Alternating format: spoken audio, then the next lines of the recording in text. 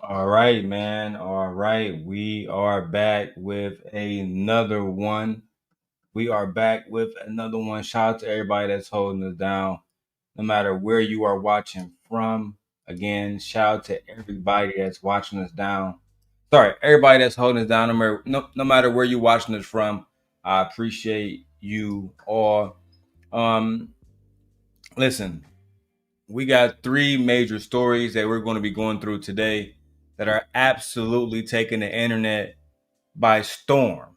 Okay, from politics, from I messed up my whole little rant. Okay, let me do this all over again. All right, welcome back to the channel, guys. It's me, your boy Darrel Long, the host of the show, and we got three major stories today that I'm absolutely excited to talk about because they're breaking the internet. From politics that's making history to relationship drama in the music industry, and even some family tea that has social media in a chokehold. So make sure that you hit the like button, subscribe if you haven't already, and let's dive straight into the show. All right. Now, the first thing I want to talk about is Big Sean and Jhene Aiko. All right. They have reportedly separated after 10 years of being together, of holding each other down, of being in love. They they are calling it quits, allegedly, because I don't know anything about these individuals. Okay. Now, all right, let's really get into the relationship news again that has the R&B world, R&B fans absolutely devastated right now, and that's Jhene Aiko and Big Sean allegedly breaking up. These two are one of music most loved couples, and they never got married, so I can't say that it's gonna be a bad divorce or Big Sean might lose all of his stuff. But after a decade of being together, not getting a ring and then not getting nothing out of it but a baby, I don't know. That's crazy. Now I gotta emphasize that neither Big Sean or Jhene Aiko have officially confirmed this breakup publicly as of November 7th, 2025. But multiple sources have reported on this, and the story is consistent across the board. So let's break down what we know. Now, according to reports from All Hip Hop and other news media outlets, the breakup apparently centers around one major issue, and that's marriage. Marriage. Now, close, sources close to Jhene Aiko and Big Sean, they say that Jhene Aiko wanted to get married. They say Jhene Aiko wanted to get married, and she was ready to get married. She was ready for that commitment. The problem was Big Sean was not allegedly ready to take that final step and to be committed to Jhene Aiko. Allegedly, that's what they're saying. Now, again, the main insider that everybody is talking about is allhiphop.com. Now, one insider told allhiphop.com, let me quote, child. It says Jhene Aiko wanted marriage. She wanted commitment. Big Sean loves her deeply, but he doesn't love her enough to take that final step to actually get married. Now, this only gets deeper, allegedly. Okay, this only gets deeper, allegedly. Jhene Aiko gave Big Sean multiple ultimatums over the years that they dated, 10 years to be exact. She was making it clear that marriage was very important to her, but eventually she realized that the ring just wasn't coming, sis, and she decided it was time to move on and prioritize herself, period. Now, let me give you the timeline of their relationship because this has been a 10-year journey. All right. Now, listen, they first met back in 2012 at a recording studio. They became very close friends before they even started to date. Jhene Aiko even admitted that she went on a date to a Lakers game with Big Sean while she was in another relationship with another man. That's right. In 2014, Jhene Aiko, she was married to a producer that goes by the name of Dot the Genius. And at the same time, Big Sean was dating Glee star Naya Rivera, rest in peace.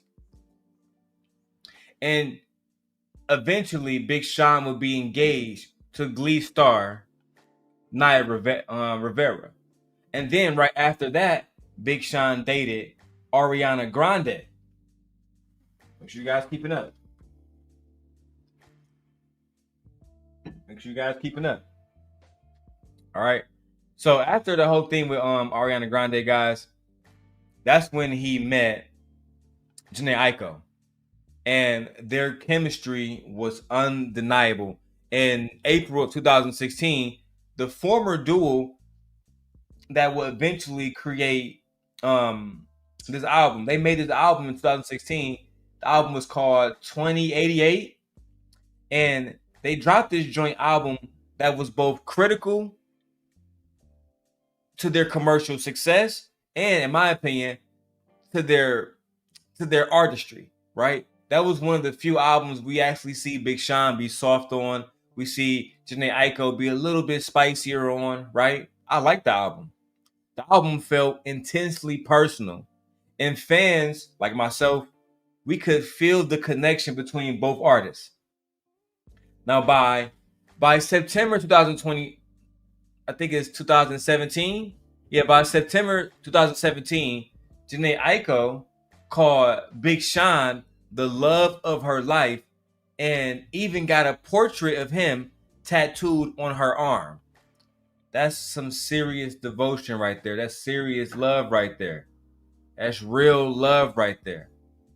Now, we have to admit, they would go on later to briefly split in 2019, and they got back together later on. Then in November of 2022, they welcomed their son Noah Anderson into the world. He just actually turned 3 years old. Oh, sorry. Is it November 8th yet? No. By tomorrow, their son will turn 3 years old on November 8th, 2025. So shout out to Big Sean. Now, here's the thing. Big Sean actually addressed the marriage questions in August of 2024 when he did this interview on the podcast called Out of Context. This podcast is hosted by Charlamagne the God. When asked if they secretly got married, Big Sean said, "It's a little personal, you know what I mean? But just like any people who have dealt with love, we've got our ups and our downs. I think it's still finding the right moment and the right way to navigate through it all." So he kind of danced around the question. Big Sean he was never really interested in telling the public that he wants to marry Jhene Aiko. It was always, well, that's too personal. All right? That's too personal. That's too this. That's too that. Now, Jhene Aiko, look, I'm fucking up, y'all. Jhene Aiko also said that marriage represents the best relationship, that people always ask, when are you getting married? That she needs to have a solid relationship, a solid marriage to stand on. Now, Jhene Aiko clearly thought that marriage was the byproduct of success. And Sean was not willing to give that to her yet. All right. Big Sean allowed her to go 10 years, make a baby, all the rest of this shit. And he was not willing to give her a marriage at all. Any type of commitment at all. Now, social media been going crazy with all these different reactions. We got one person that tweets 10 years no ring is crazy. Another one said 10 years? Wow. They didn't even know that they had been together for 10 years. The fans are beginning to mourn what we thought was a relationship goal, especially in Detroit, because in Detroit we love Big Sean. But I'm going to say this. The positive part is this. Sources say that they're keeping things peaceful and respectful. They both want what's best for their son Noah, and they both are maintaining an applicable co-parenting relationship. No messy drama, just two people who can love each other deeply and could align on what's best for their child moving forward. One source even told all hip hop, and I quote, they're in a great place, it's peaceful, and they both want to just do what's best for their child and avoid things getting messy. I think Big Sean Big Sean was in a situation where he thought that this woman was going to just, stick around for no reason. And she has no reason to stick around when she been telling you, I want a commitment. I want a commitment. I want a commitment. I want a commitment. See, y'all men think that women play games. Fellas, when a woman tell you she want to be a wife, when a woman tell you she want a committed, serious relationship, she mean that shit. She not just saying that shit, she mean it. But you see, y'all be on here playing games, listening to niggas like Kevin Samuels. Let me keep going, man. So recently, Jhene Aiko, she posted a cryptic snippet of her unreleased song, which is called Break, on Instagram with lyrics about heartbreak, which fueled the breakup speculations even more. Here are some of the lyrics. I gotta take a heartbreak, break, break, break. I gotta change the way that I've been made to feel. This is an inevitable pain. Child. Now, just to shut down these rumors, there were some blogs claiming that Big Sean already has a new girlfriend, and Big Sean already shut down, some stuff on Instagram earlier saying he don't want people in his life. He don't want people bothering Jhene, bothering him, bothering his new girlfriend. So he's done with the whole situation. So there you have it. After a decade of beautiful music, a child, and what seems like an unbreakable bond, Big Sean and Jhene Aiko are reportedly going to separate. Fuck. After a year, cut. God damn it. Okay, start from the top. So there you have it. After a decade of beautiful music, a child, and what seemed like an unbreakable bond, Big Sean and Jhene Aiko are reportedly going their separate ways. And again, it's sad. And sometimes love evolves beyond romantic partnership. I, the sent God, wish them both healing and the best for their co-parenting journey with their son Noah. And I want to go now to a video. By a young woman who I thoroughly enjoy. Her name is You're Triggered. Her content is amazing. But before I keep going with her content, I want you guys to put a 1 in the chat, no matter what platform you're watching on. Put a 1 in the chat. If you're watching on Twitter, if you're watching on my wife's channel, if you're watching on the Everything Everyday channel, if you're watching on the Daily Rundown, if you're watching on the Darrel channel, let me know where you're watching from. I would definitely love to get more comments in the chat. If you're watching on Instagram, if you're watching on TikTok, say what up to us, man. Say what up to us and subscribe to us on all platforms. I'm going to go live as often as possible. Nate says, I don't blame Jhene. I mean, if I was Jhene, I would leave too if I feel like I wasn't in a place where I'm happy every single day. I'm not being taken care of. Then yeah, why would she stay in a situation where she's not happy? Why? Why would she stay in a situation where she's not happy? That makes no sense.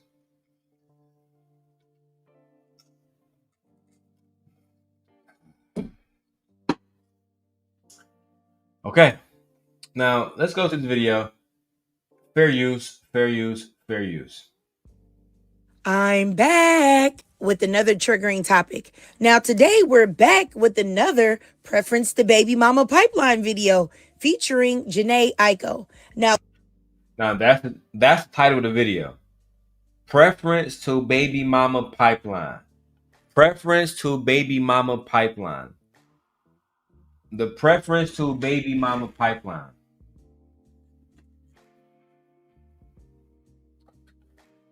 Hey. I could stand up and talk. Yeah, I got it like that. But I'm not even gonna do y'all like that. I can walk anywhere in this room and talk. All right.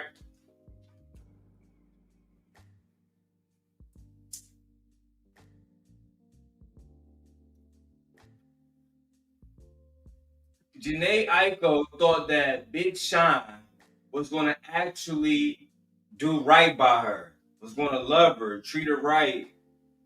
Didn't work out like that. She thought that she had somebody that genuinely was going to do right by her, was genuinely going to love her. But she found out, just like a lot of these preferences, you're going to get the same black man. You're going to get the same black man. You thought you had a rich, good black man? No. He don't care about you. Stupid. Let me sit down. Let me sit down. Let me sit down. Let's watch this video, man. Let's keep going. Last year, I did a video about Big Sean and Jhene Aiko called Men Who Are Energy Vampires and Serial Time Wasters. And I said that Big Sean was not going to marry Jhene and he used her to have his child, but he had no real intentions for her. He was simply... A lot of the times, black men get with black women and they never genuinely have any intentions on being with these women. They genuinely are not interested in marrying these women, doing right by them. Like she said, energy vampires, sucking the life out of these women, not trying to do right by these women. Come on, man. Stop playing with me. What's going on, Trucking Trader? Hey, Trucking, you like how this camera follow me? You like that? Yeah. Anyway, man. Let's keep going with the video, guys. Harvesting her energy, and when he had taken all that she had to give, he would be gone. And that's exactly what happened. Now, before I even get my thoughts together or say them or put them out there for y'all, let me give y'all a quick disclaimer. This channel is filled with my thoughts and my thoughts alone. Everything is all alleged. Nothing is factual. I do not know any of these people personally. This is a commentary channel, and oftentimes I use clips and articles as part of my critical review, right along with fair use guidelines. Now that we got that out of the way, let me say, I have heard that Big Sean and Jhene Aiko have parted ways, and I really do feel bad for Jhene because I know at one point she really, really, really was crazy in love with Big Sean. She got that man's face tatted on her arm, then covered it up and... Nah, baby. You can't cover that up, baby. I'm sorry, baby. I'm sorry, baby. You fucked up. No, you fucked up, right? Baby, what was you thinking? What was you thinking? I'll drop the link for you in a second, trucker. After I'm done with covering the main, this main video. What was you thinking? What was you thinking getting a man name tatted on you and that's not your husband? What was you thinking? What was wrong with you?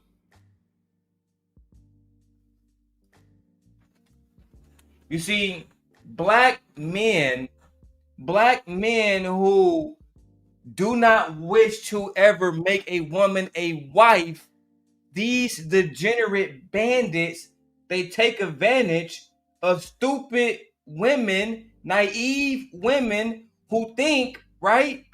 Let me make sure I hear me. Who think that these degenerate males are going to love them and marry them, but in real life, they want to just use you for your body and they want to make you a baby mama, just like Big Sean did. And here, her ass up here getting tattoos of this man's face. Tattoos of the man who would leave her and don't want to commit to her. Child. God damn it! You can't make this shit up.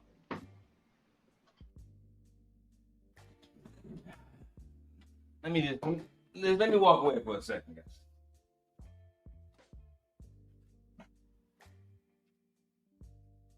The bar is at an all-time low.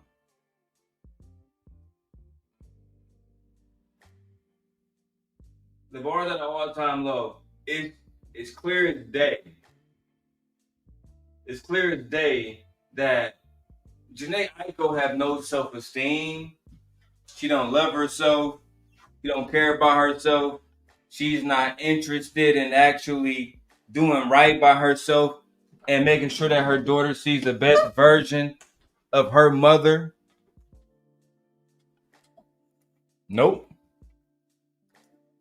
Like my wife said, these preferences are the fastest growing new baby mama group.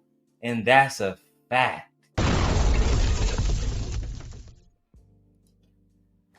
Every time a black man goes somewhere, they end up making a baby mama everywhere they go. Everywhere they go.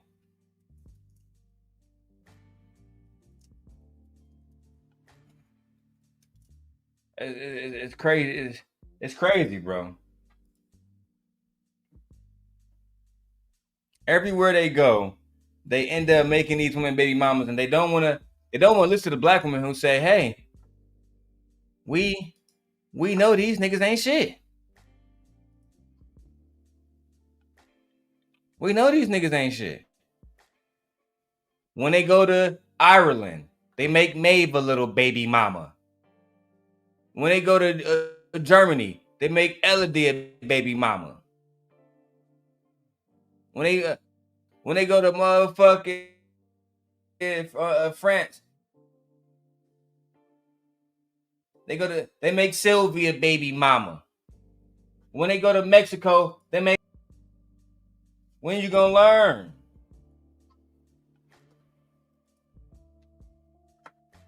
We was trying to help you out. We giving you advice. We trying to bless you.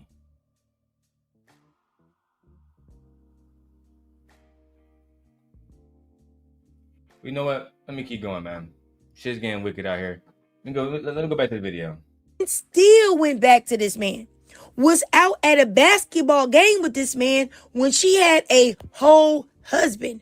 Was out there dry begging for a ring during concerts, as y'all can see up here on the screen. And even doing stuff like this.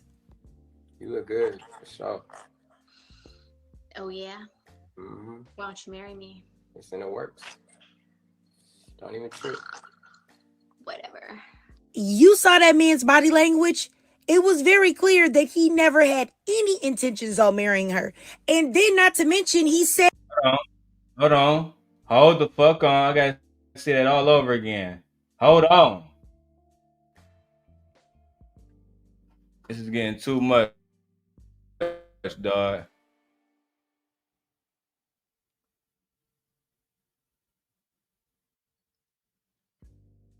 All right, there we go. Too much shit open on this fucking computer. All right, let me listen to this clip again. Certs, as y'all can see up here on the screen, and even doing stuff like this. You look good, for sure. Oh yeah? Mm-hmm. Why don't you marry me? It's in the works. Don't even trip. Whatever. You saw that man. Shine. So why don't you marry me then, Shine? Why don't you marry me, Shine? If you really love me, you gonna do right by me, right, Shine? Right? You gonna do right by a real bitch, Shine? It's in the works. It's in the works, baby. It's in the works, baby. So basically what he's telling you is he's never going to marry you. It's in the works. The fuck you mean it's in the works? And that's why she said, yeah, whatever. Y'all keep going back to these men who y'all know are degenerate bandits. Who y'all know are nakers. It's just that simple. Pathetic. Now you gotta go and be a baby mama. Right? Now you gotta be somebody who is unprovided for, untaken care of. Playing right in your face. His body language, it was very clear that he never had any intentions on marrying her. And then, not to mention, he said this publicly. Oh, y'all already did one of those secret industry weddings? No. There has not been a secret industry marriage. I think that, just like, to be real with you, just like any people who have dealt with love, we've had our ups and downs, you know what I'm saying? And I think it's still finding the right navigation through it all. I don't know if to me, marriage symbolizes like the best relationship. You know, people be like, oh, you gotta get married. To me, I feel like having a relationship is first and foremost, and like marriage is a byproduct of that. And I feel like a lot of people get the idea of like, oh, you have to get married, but then it's like, to me, that's almost a fear-based way of thinking too, because then people be getting divorced. Mm-hmm. The divorce rate's so fucking high, and I am someone who, I'm not like discounting anything, and I'm not saying that we aren't gonna get married, but what I'm saying is that it's just, I would like to do a lot. I would like to, and I don't like putting our personal business out there like that either, but there's a lot of work that needs to be done, I feel like, in general. I really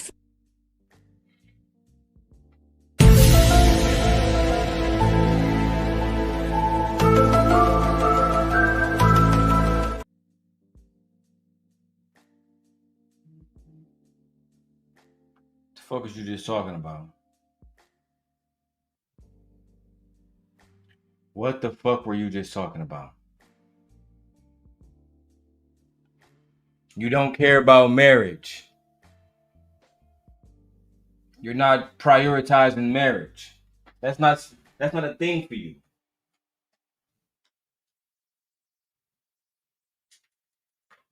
That's all you gotta say, bro.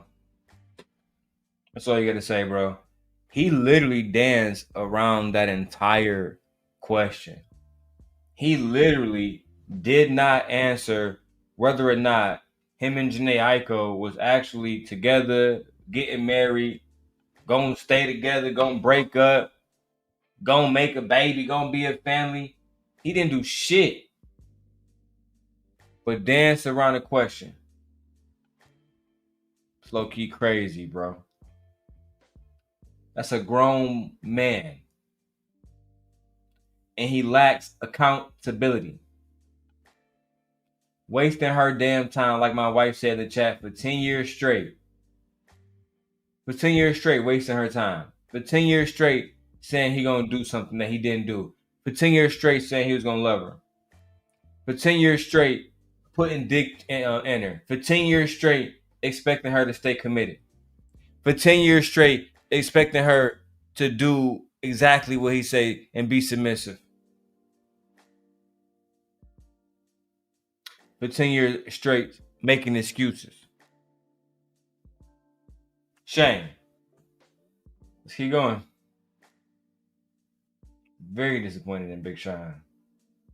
Feel like there were so many clear, in your face signs that this man had zero good intentions for Jhene. Honestly, his blank expression and lack of emotion when discussing her and also discussing something that he knows that she desperately wants, it's really sad and off-putting to see. And honestly, I can't fathom how any woman could see his behavior and be like, yeah, I'm going to go ahead and entertain him.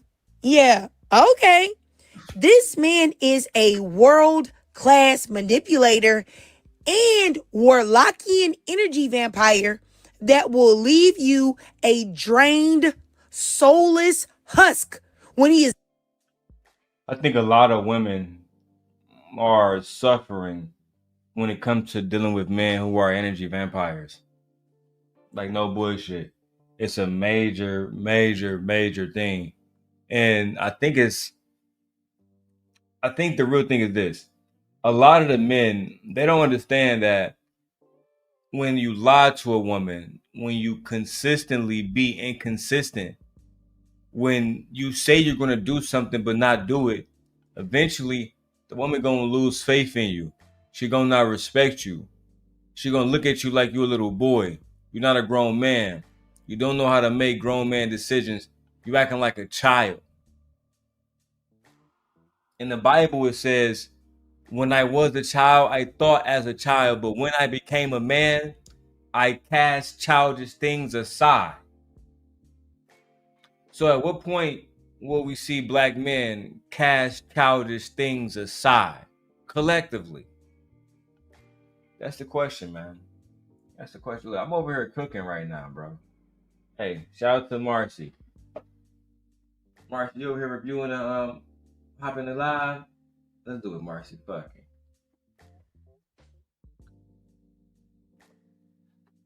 Marcy, you're welcome to come, or you can come hop on YouTube. You can come hop on YouTube, Marcy. You can join the live. I will drop the link for anybody that want to come up. All right. If you're not on camera, you won't be seen on the live, but you will be heard. If you're not on camera, you will not be seen, but you will be heard. All right. Make sure you guys go subscribe to the Daily Rundown, the Darrel Long Simp God Setting the Record Straight. The Everything Everyday podcast is also back with Darrel Long and my wife channel, the Jhene Aiko channel. My wife says, I don't understand the fear about commitment, investment to a woman. What is the fear? I will if some brothers want to come up and talk about why some men fear investing into women, I will allow that conversation to happen as long as it's respectful. The StreamYard link is now in the chat. Let's continue with the video. Done with you. He is in the same category as a Cam Newton. You see what's going on over there. Also, I really feel like any woman who wants to get married should know if a man hasn't even mentioned marrying you or trying to marry you by the end of year one. Yes, I said year one. He probably never will, or he is waiting for something better. I actually agree. Me and my wife got married year one.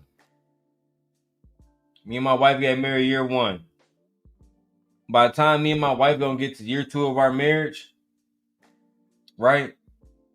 Our son gonna be damn near a year old. We went straight into it. Marry baby. It's if a man, ladies, let me tell you this. If a man genuinely wants to be with you and want to commit to you, it don't take more than a year for him to understand if he want to be with you, if he want to commit to you. It don't take more. It don't take more than a year. It don't. Welcome to the stage, Lady Nick.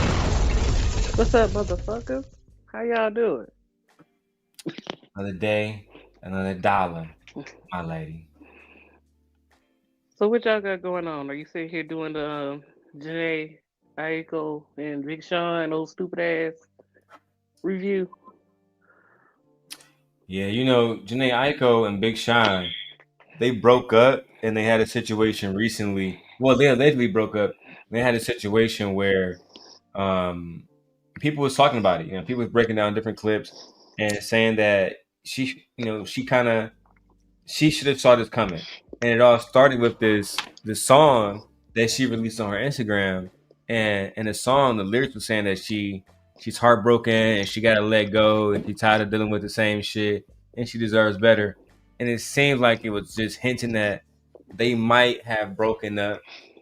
You know what I'm saying? That's kind of what it's all about. I mean, you was with the man for 10 years and no proposal, no nothing. I'm not saying that you can't have a lifetime partner if that's what y'all agree to, but clearly when you were giving him the signs of, hey, I want to be married, or you just plain blatantly said, hey, I want to be married, and he didn't actually agree with you, you should have known then, bitch, you need to leave. Move, bitch, get out the way, you need to run. There's All right. no sense of you wasting your body, your time, and your resources to a man that clearly indicates that he don't want to be with you committedly under your quote unquote by God, right? So yeah, I agree that you got to take a little bit of responsibility in this girl too. She But stayed with him for 10 years. you stayed with that man for 10 years. You dumb as hell. Why on You earth would dumb you as stay hell. with a man for 10 years You dumb as hell. You that got that's mm not willing to commit to you? mm mm over broken promise. Or it might be. I even can't stand when you still be get engaged and be engaged for 10 years or 5 years or 6 years. I can't stand that shit. If a man don't know, sometimes men know instantaneously of a person they want to marry or the woman that they want to marry. Especially they see her, vibe her. It does not matter. I've known plenty of couples who felt it was a love at first sight type of thing. They literally have a show called Marriage at First Sight, where they, I mean, it happens, but he didn't no clue, girl, and then you sat there and had a baby with him, girl, girl. But Uh, but you want our son to have your last name. You got me fucked up. All right, go ahead. Shout out to Nay. You see, that's how I let people speak. Nay, I'm not even doing no time letting everybody to speak their minds because I'm a real ninja. All right, let's go back to the video. He settled for you, but he is waiting for something better.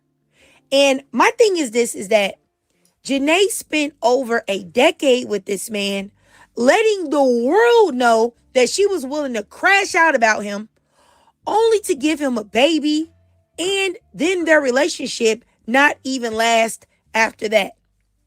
And what's crazy is that Jhene stuck by this man's side while he was out here making music videos with Bazooka Joe bubblegum abs, looking like somebody with Bazooka Joe. Child. We gotta have a conversation about those ass. That's true. Who believes that Big Sean abs are real?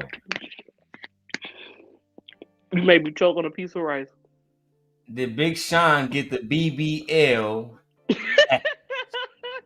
I mean,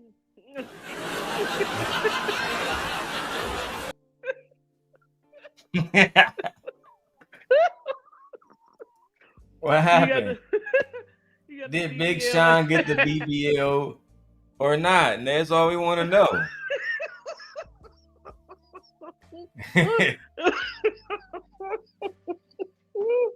Okay. Okay. Let me get it out. Let me get it out. Hell yeah. Like, okay, Big Sean.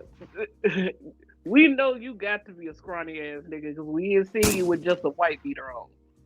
Child. So I mean, unless you ate a whole lot of protein, yeah, nigga. Nah, it's Unless over. It's over. That nigga ain't no protein.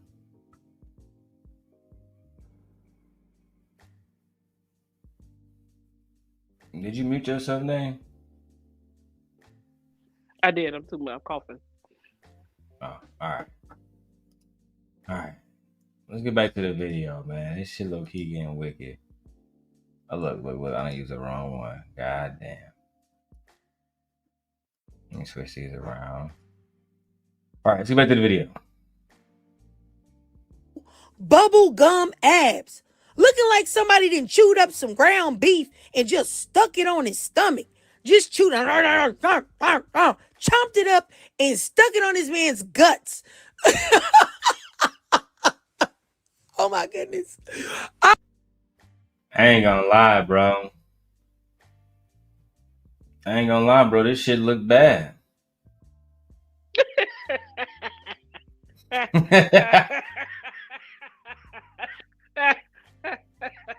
Wait a minute. Did she say somebody took some ground chuck, chewed it up? I just threw it on his fucking. Good. It do look like that. It look like he got a pregnant belly underneath. Like, dude, Big Sean, you know goddamn well these abs look fake. Dude, we know what a sculpted nigga look like now, and that ain't sculpted. You know goddamn well you was not gonna get away with these fake ass abs. That's why I wish I had that sound bite. What is wrong with you niggas? Cause what's wrong with you, bro? Only a goofy would fuck around there and think that he about to get away with this shit. Only a goofy.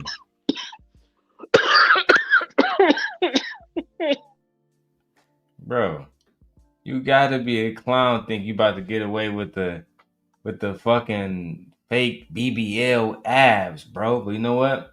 Shout out to Big Sean. Just chewed it, chomped it up and stuck it on this man's guts.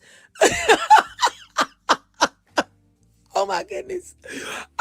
This man got the breastplate on his guts, bro.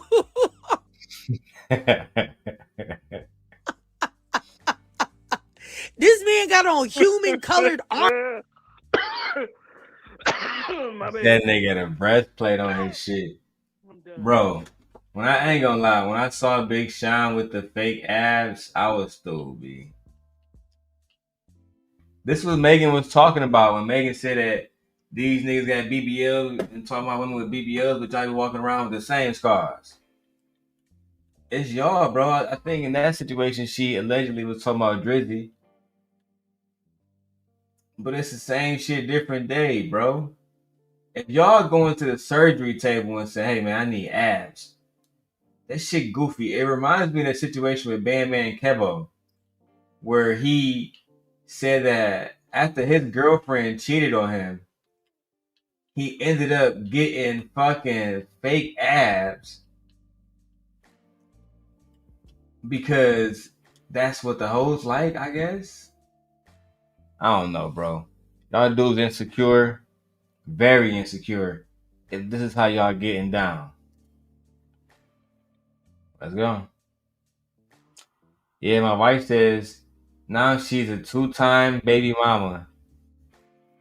You know what's crazy, babe? Both of them are black men because she got a baby with Orion too, right? That's Omarion's brother. Child, you can't make this shit up. And there's always the pretty ones that do this stupid shit. Armor. Oh, he got human ab armor, boy.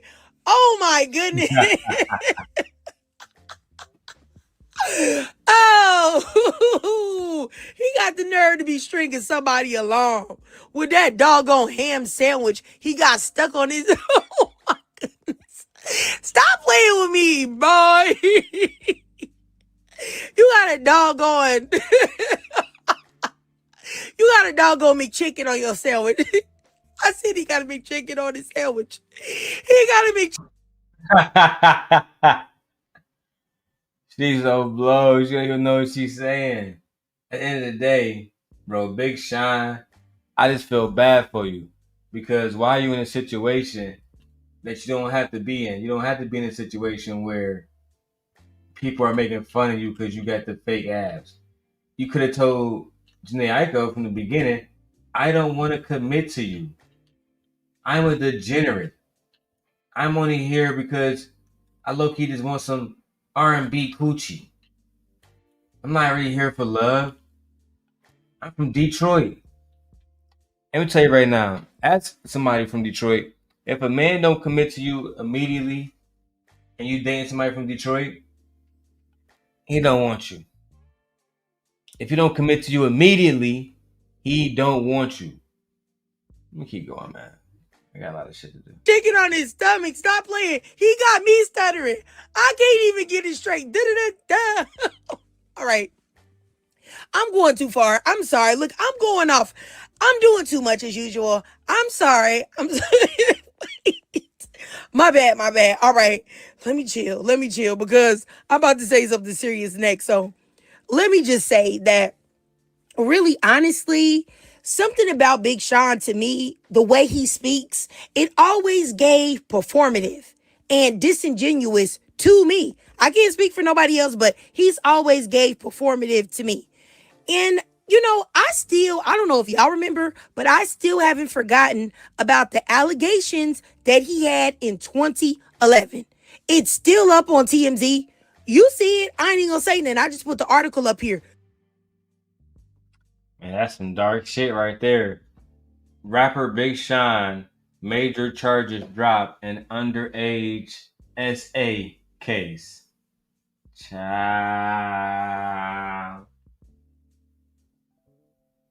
That's some fucked up shit. We don't really want to have conversations about stuff like that because, I mean, these the cases was dropped, but I mean, I listen.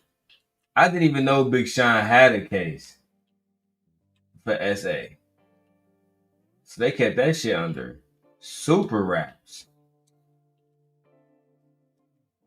But let's keep going. You can see it. And also, if you look in the article, he did plead guilty on one of the charges that wasn't dropped, as you can see here. So, I don't know. I don't know. Something about him always gave suspicious to me. But like I said, hey, that's up to y'all to make that choice. I'm just saying, you see the article? It's up there. Read it for yourself. But I really do think. I wonder what happened in that case. I gotta really break that situation down before I speak about that, like anything about that situation online at all. Um, yeah, I don't play around when it comes to um, children at all, or just SA period. I'm good. I don't care if it's an adult, minor, or whatever. That shit is wrong in any situation. Period. So I'm glad that he beat the case, but a lot of times women aren't vindicated in court. A lot of the times women are victims of the court system itself. A lot of times the system fail women all the time. Let's keep going to this video, man. That Big Sean, though, is an energy vampire. And I don't believe that he ever really truly cared for Jhene Aiko. And I totally believe that he harvested her energy. I believe that he used the nurturing, the love that she poured into him to nourish his own soul with no intentions on ever giving that back to her.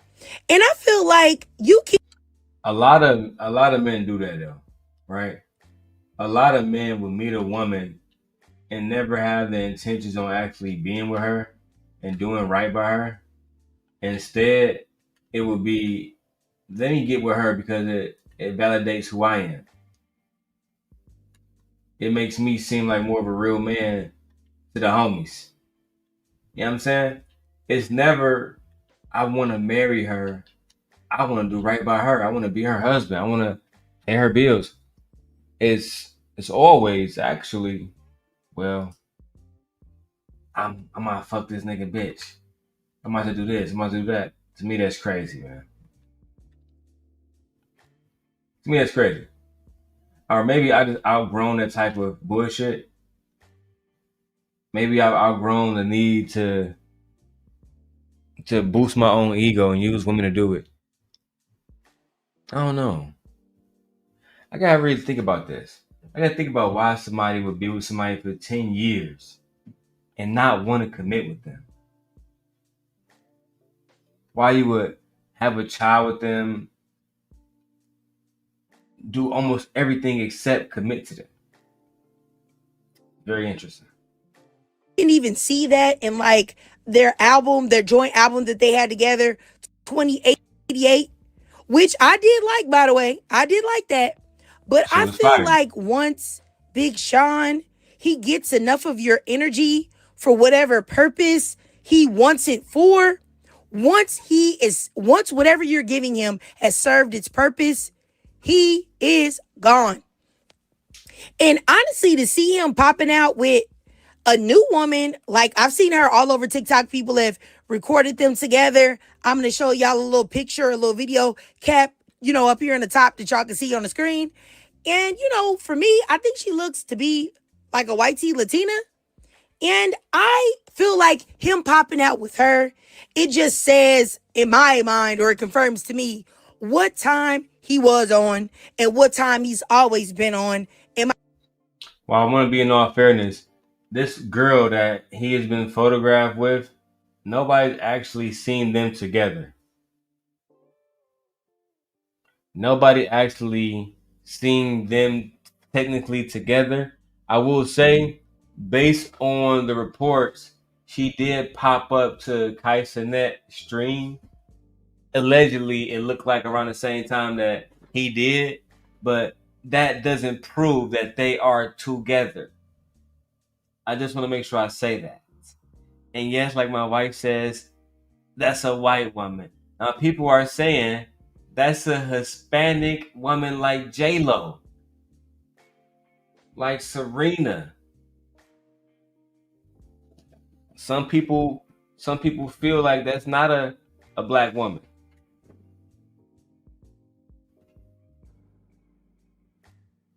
Sorry, my bad, a white woman. I'm bloated as hell. I gotta stop smoking. Let's go. My opinion. It's just like to pop out with a woman like this after being with Jhene, while also, let's not forget that Big Sean said that black women are the closest thing to God and they birthed the entire universe. But surprise, surprise, he doesn't date them, nor does he procreate with them. That's very performative. That's performative as it gets, right?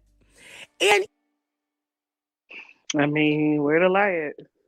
I feel like when Big Sean even said All right, that, hold on, Nate. Break it down. Hold on, Nate. I mean, where to lie at? Because I was trying to figure out if he's being caught with this white woman, because clearly it's a white woman. When have you ever seen him date a black woman? So he went to Cass Tech, where he had black girlfriends in high school. What they got to do with seeing him as a star with a black woman? Nothing. Thank you. Because you was about to go and explain his life. I don't give a fuck. His whole dating life, since we've known Big Sean to be Big Sean, he's always been with a preference. He's always been with a preference. Ever since he got in the industry. So, well, I mean, I feel people, like, are we talking about black women or people of color? Women of color. What? Like Naya Rivera is she was, God rest her soul, a Mexican woman. care. Does Was that she count black? as a woman of color or no? Was she black? She was not. Okay. And was she? I'm like, now was she a darker Mexican woman or a lighter Mexican woman? She was very light. Thank you. So her background is usually what? European descent, correct? Damn. Thank you. so, Um, so anyway, I wanted to actually rewind back a little bit when she talked about the essay with the alleged child or whatever. Now, when you take a look at Jhene, doesn't she look childlike to you? my wife is saying that he don't like black women. I know that part don't need to be explained because clearly, like I said, his whole adult life, you see him with not a single So you think black that he woman. wouldn't date a woman like Meg Thee Stallion? No, Hmm. no, no, no, no, no. I He think wouldn't. he'd date Meg Thee Stallion. No, he wouldn't. He wouldn't touch her. Flo Millie. Wouldn't touch her. I'm trying to think of the bad one. Coco Jones. Wouldn't touch her. Cause Coco Jones is engaged to somebody else. So what you talking about? Yeah, but she with a black man. Good. That's what you need to be with. A black man's supposed to choose her. Cause she beautiful. She gorgeous. Yeah, yeah. But we talk about She's Big actually Sean. highly attractive. She's very beautiful, beautiful lady. But we talk about Big Sean. So yeah, you ain't never seen him with a black woman. But like I said, back to what I just said, when you look at Jhene, don't she look childlike? Very young. Okay. All right. Okay, so Oh, go ahead. don't Go she? ahead. That's what I'm saying. To answer the question, do Jhene look young, like she could be a teenager? So your ultimate point is, this is a black man that has a preference, but he still is going to make her a baby mama, just like your trigger is saying. Pretty much. Okay. And even if a black woman is bad, like Meg Thee Stallion, you're claiming that he won't even give her a chance. No. Damn. All right, Big Sean, I'm rooting for you, dog. I want you to win, man. Detroit. Let's get it. He only said that because you know how, like, when black men need some clout or they're trying to re-up on their bank accounts, they Damn. start pretending that they care about black women for a minute, talking about how great black women are, how beautiful black women are, how the black man is nothing without a black woman. And then you see them at some exclusive restaurant whining and dining a non-black woman or a snow bunny. Yeah, okay. But I'll just say, though, All right, so let me ask you this, Nay. With that mentality, should I not support black women who date outside their race? I don't think. Okay, I'm like, because you don't have to, because that's your choice if you choose not to. But we're not going to sit up and negate the fact that black men date outside their race exponentially over black women. Usually, black women are more culture vultures or tribal than black men. So, I mean, if you don't want to root for her because she's with a white man or another race of a male, um, man that's in Europe of European descent, that's on you. Because let's be very clear, we have stuck by your side for quite a long time, and you still haven't given us anything. So why not go somewhere else that we feel appreciated? Because apparently our black men don't want to marry us, and you always talking shit about us, so we don't feel appreciated. Well, I'm always going to hold down black women. I don't care if they date white men, Asian men, don't matter. Black women Mm-hmm. are what it is. However, Mm-hmm. I will say this. There are some men that will say, if a black woman can't if she can't see that this man is pro black because he's taking a white woman out to dinner and dining and wining and treating her right, shouldn't they have the same approach when it comes to black women who are married and being submissive to white men? The one I think about, that white girl, her name is Rose something. She's on Instagram, Mm-hmm. but she has a white husband. Mm-hmm.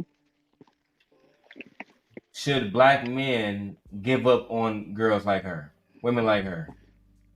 I mean, like I said, if that is your choice, if you want to. I think it's goofy. I think Mm, that I want to the finish. men who are so caught up, well, not just the men, the people, but Mm, specifically the men who are caught up in what women are doing with their vaginas, I think it's weird. I think you niggas need to let it go.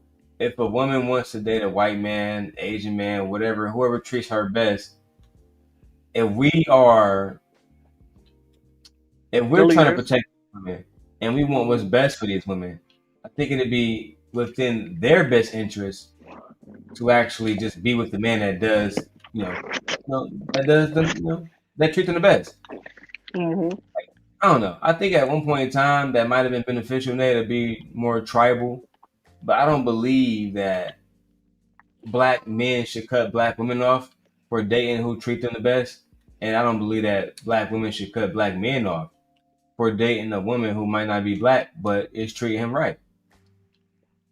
I feel like it has to be on both sides. Mm. I mean, I understand your aspect of that, Of but course.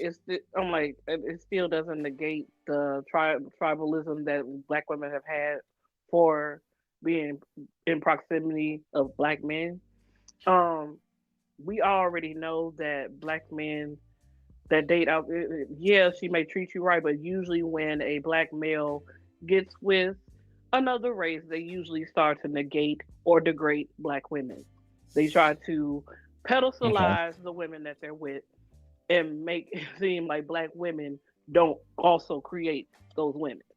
So, um, yeah, to perpetuate that women who do decide, especially black women who do decide to date outside their race, is few far in between the mindset of how the black woman thinks when she's with a white male. She still does not negate or degrade. Is very few.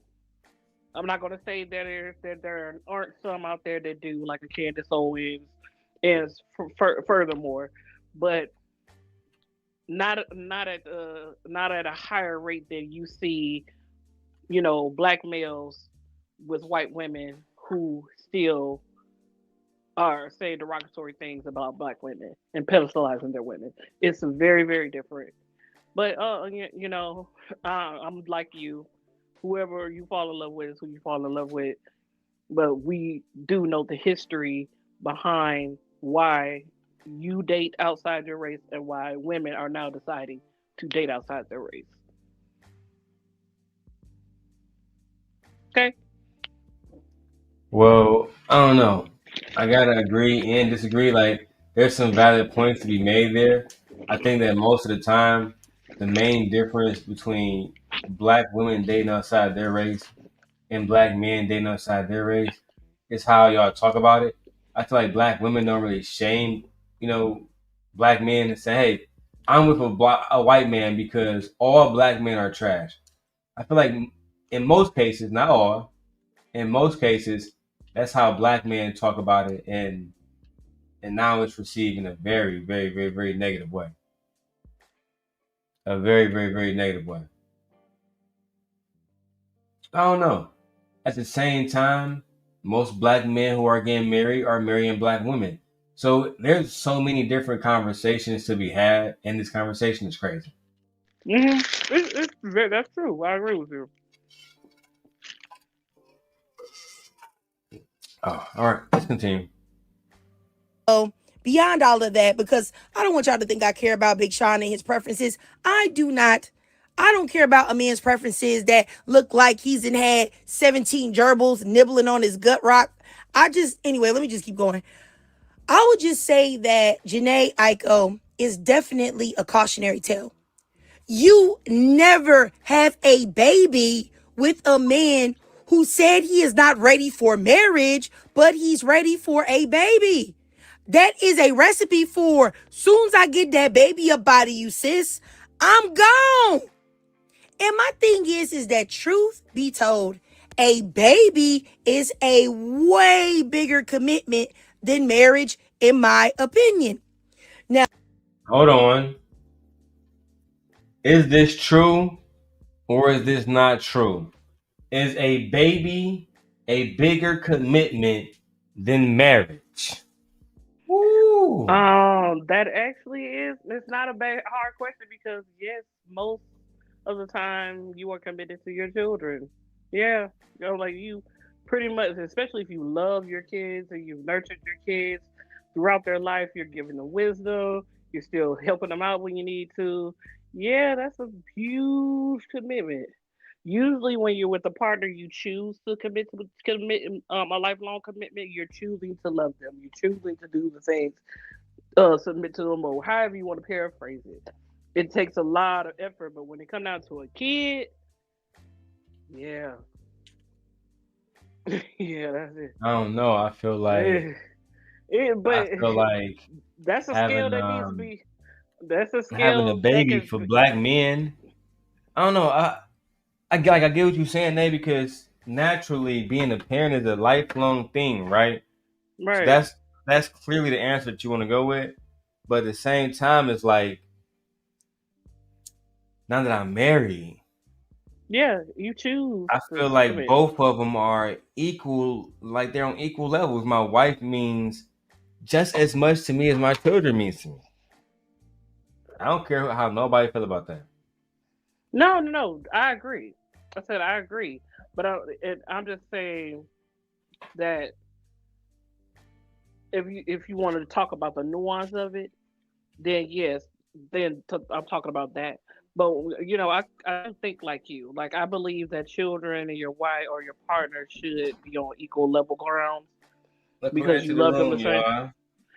Hey,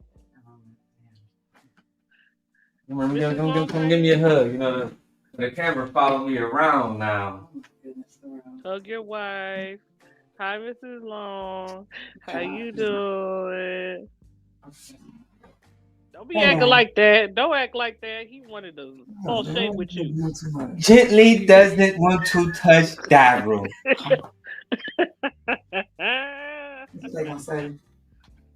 Gently only gave Darrel A half coochie to make a baby. That is the real marriage.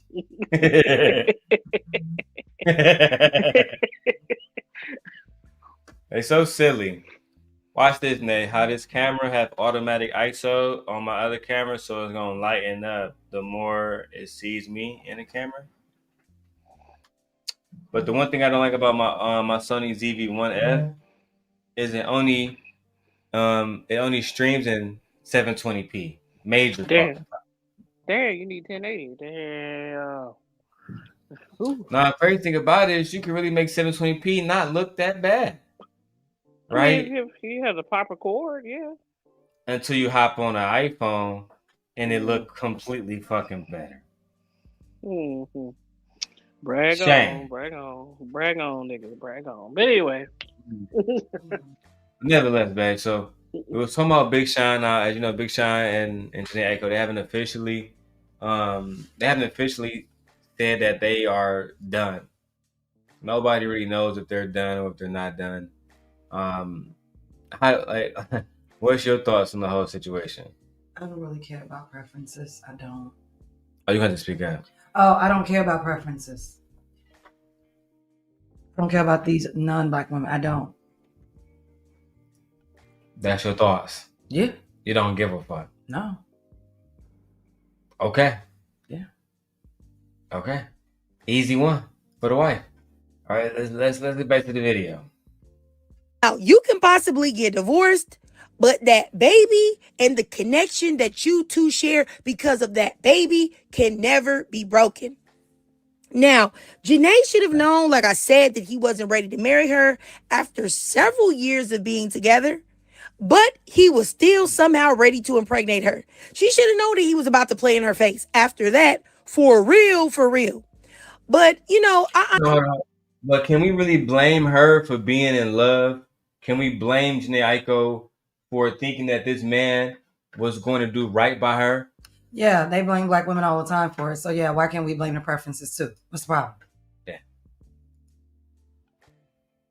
Black women get shamed all the time for choosing poorly and badly. So she should have vetted better. She should have chose better. Do you feel the same way, Nay? It look good, trust me. See how I look on TV. A little jittery. Anyway, I think they walked away. Nope, they turned their camera on when she meant to turn her mic on.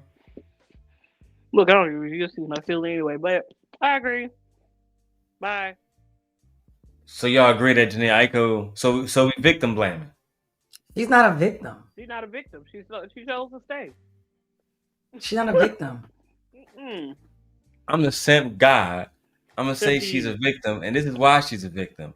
Because she was with a man that made her believe that he was going to love her, do right by her, and cherish her, only to do what?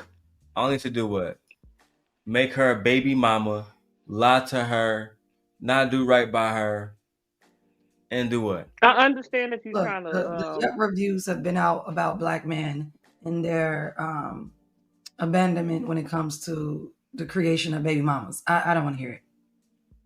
Thank you. And I understand you're trying to explain and sugarcoat, but when that story comes out of a black woman's mouth, oh, I stayed because of this, that, the third, and blah, blah, blah, blah, the first thing you do is say, bitch, you should have chose better. So that's all we gonna say. Sorry. Not a victim at all. You're not a victim. They sit up and There's shame so many us opportunities and so many signs that this man was never going to marry you. After that fucking interview, and I know you fucking saw Exactly. Girl. I would have dumped your ass then. Well, after the public interview, we knew what? What are we saying? After that man sat there. Right. She sat there. And this man said what he said, and you heard that, and you didn't exit stage left then, girl, bye. Mm-hmm. And you didn't learn your lesson from the first black man you was with? Mm-mm. All right. Let the camera still. Tanasia. Is that your friend Tanasia? Yeah. That's why that shit was all fucking up. He said what he said. Like, exactly. He said what he said. Period. And what did he say? He wasn't gonna marry her. He said a whole bunch of nothing. To say, I'm not gonna marry her. I'm not gonna marry her. A whole bunch of nothing. We need to go down. In marriage, you go through ups and downs, nigga. What are you talking about? Like, to answer the fucking question. Instead of just saying, no, I don't plan on marrying her, you gonna sit up and walk around, skate, belly wop, belly flop, and flip all over that goddamn question. God damn. Like, okay. All right. I don't know. Feel bad. I don't feel bad. I still feel like I don't feel bad. I feel like y'all being a little bit too judgmental. Child. I feel like at the end of the day, child. Why you always want to give these preferences so much grace? If she was a black woman, but she's not. But she's not. But she's not. If she was a black woman, but she's not. I would give her the same credit. But she's not.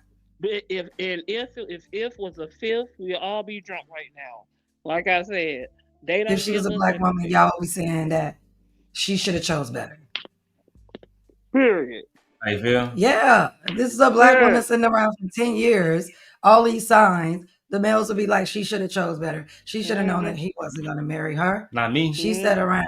Like, no. Not me. Oh, we don't care about Brownsville. You. Not me. Not Brownsville. Oh, do y'all represent the group and collective of men? No, y'all do not. No, we do not. Mm-hmm. We're just saying. However, at the end of the day, most men, and sorry guys, we're gonna work on a lag. There's no way for me to hardwire my computer. I'm gonna figure it out. I'm gonna figure out how to hardwire it directly to the internet immediately. But until then, deal with these internet issues. And put a one if you can hear it. Shout out to Tanasia. That's Yeah, that's big. Yeah. Yeah. Anyway, okay, yeah. Shout out to the homie. We love you, dog. That's the homie. We're gonna smoke a backwood with you. All right, I'm about to wrap up this whole situation with Big Sean. I'm kind of over it. I kind of want to. You want to go on a high note or continue on this low note? I mean, I don't really care. So that's Detroit Mayor or KaiCenat. But you gotta care. This is content. Every time I ask me something, her answer is I don't care. We don't care about listening to sorry, sob story about a preference. All right. Yeah, Thank you, Black Dahlia. Love you, girl. So I don't care which direction you go in. That's what I'm saying. All right, so I did more digging on KaiCenat situation. So, and I have all of the facts. Where is it? Where's my KaiCenat? Where's my KaiCenat fact? All right, cool. All right, so let's talk about this drama that has been absolutely exploding on social media this week. We're talking about KaiCenat and his now famous girlfriend, Gabrielle, aka Gigi Aaliyah. Now, Gigi has a mother. Her name is Ashley Monroe. Now, Ashley Monroe, she had a lot to say about KaiCenat. She believes that KaiCenat is ruining her daughter. That KaiCenat is grooming her daughter to not want to be around the mom. Now, before I go to the videos of her speaking her mind, my wife, have you ever seen a situation where a black man who is wealthy is controlling and he's trying to tell a young lady what to do and being financially abusive? Allegedly. I'm not saying that's KaiCenat. I'm just saying, have you ever seen these different things before we go down there? Because some people are saying KaiCenat is a child. Well, he's not. He's like 23. He employed black women. Do you think that he would try to keep this woman away from her mother? I don't know him. Yes or no? I don't know him. I don't know what he would do. Do you think any black man would do that? Yeah. Oh my God. And that's the right answer, ladies. Because these niggas would. Let me go back to the other camera. These niggas undoubtedly would try to keep a woman away. But look. Let me go to the video. Let me stop fucking around. Because, babe, the daughter responded. The daughter dropped a 10-minute video on her fucking Twitter account. That's how I know it's wicked. Now, the mother dropped a 30-minute video talking shit about KaiCenat. And she even recorded a conversation with KaiCenat and her getting into it. And he wasn't, I don't say he was, he didn't spoon feed her. He treated her like an adult, in my opinion. Some people feel like he should be canceled. At the end of the day, let me play the clip right now for you guys. Let me play this clip. No. Come back.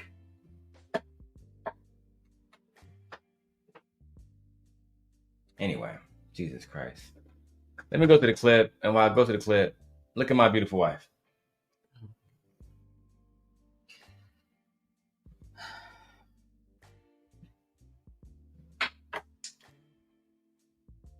That's what I need. There we go. All right. And where is... Oh, and guys, I should tell you guys, these live streams are only going to be available on... probably the... since I've seen the video. The unfiltered account, guys. All right. So look. This is the video right here. Babe, do you want to be like on a bigger screen? That way we can see it like this. Do you care about how it looks? I mean, that's fine. That's fine for you? Yeah. All right, because I ain't want it to be too big. You know, these people be striking all the time. Let me fix this camera too. All right. That's what I need. All right, let's go to the video now. Darrel saying that she went through life.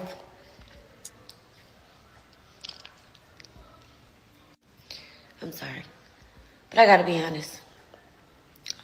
Seeing that video, I can't speak for all moms or dads. I don't want to single any, moms or dads out, but seeing that video broke me. Before we keep going, what do you see? What do you see? I want to put it on the big screen for a second. What do you see, Michi? What kind of woman is this? This is a biracial woman. It's a preference. Again. They saying she's a black woman online. They saying her daughter is black. This is not a black woman.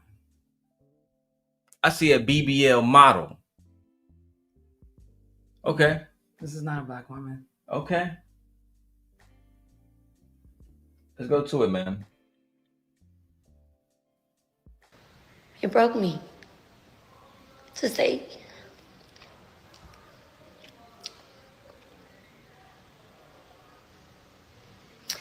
that you went through life alone, feeling alone, or that you didn't feel loved is crazy. Like, I've been a stay-at-home mom for 15 years, y'all. 15. That was so I could be there, and I was there. I haven't missed anything in that kid's life. Nothing. I can't think of nothing I've missed. I haven't slept barely in 2 days. I have been replaying my life over and over. The more I replay my life, the more proud of myself I am, actually. Like, to say you went through life alone and unloved. All right. So let me set the scene. Remember when KaiCenat finished the Marathon 3 on September the 30th, 2025? Now, my wife, she don't watch KaiCenat. So that's a rhetorical question. I'm actually talking to the audience. I'm talking to the audience right now. My wife don't watch KaiCenat.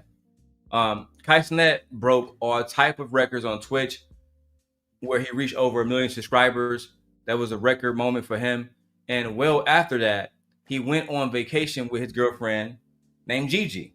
He took her to Switzerland, and that video has now hit over 1 million views on both of their channels. They were out there living their best life. All right. Sorry, guys. My wife don't smoke on camera. She don't want to smoke on camera. Now, fast forward to early November 2025. That's where things took a turn. And here's what happened. Gigi posted a video. Some sources are saying that it was posted to YouTube, but I found it on Twitter, where she opened up about her childhood. She basically said that even though she grew up in a financially stable household and she was a very spoiled kid and she had everything she needed, she felt like there was something missing. She said that, and I quote, "I was lacking growing up true love in her household. I just wanted somebody that I could open up to." Now the video went viral, and Gigi's mother, Ashley Monroe, who we see here. Yeah. So she wasn't having it at all. Now on November 2025, Ashley, who we see here, she posted this emotional Instagram video where she literally went into tears defending herself as a mother. That's what we see now. I'm gonna press play, that you guys see more of it. I don't ever want to compare my life to my child's life, because I didn't choose my life as a child, but I chose definitely to the best of my ability what hers could look like.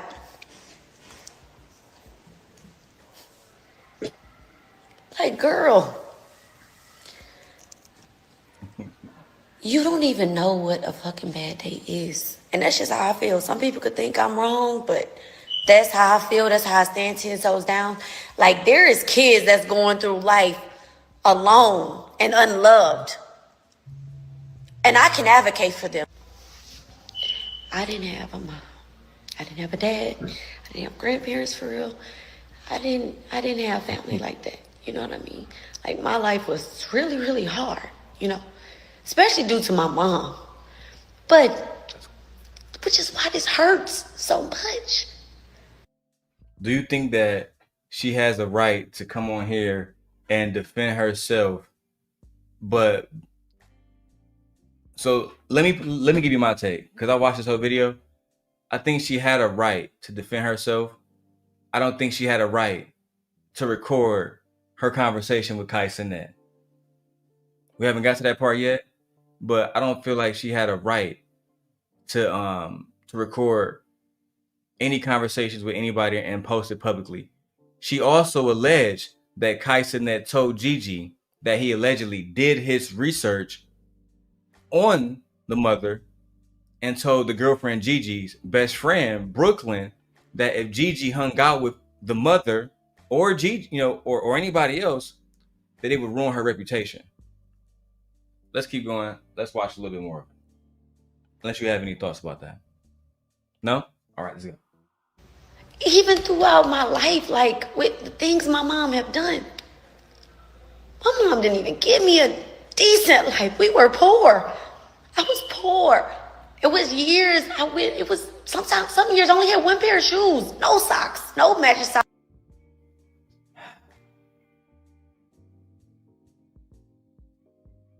Stop the cap. Stop the cap right now. Stop the cap. No bullshit, bro. Really him. You're a victim. Here we go, CSI. Now you want us to believe.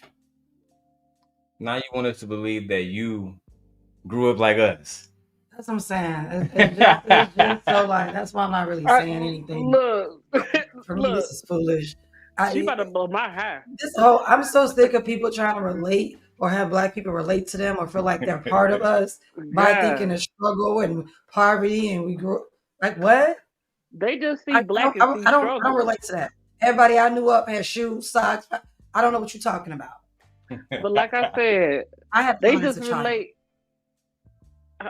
They relate. They say black. You see Black and they think struggle.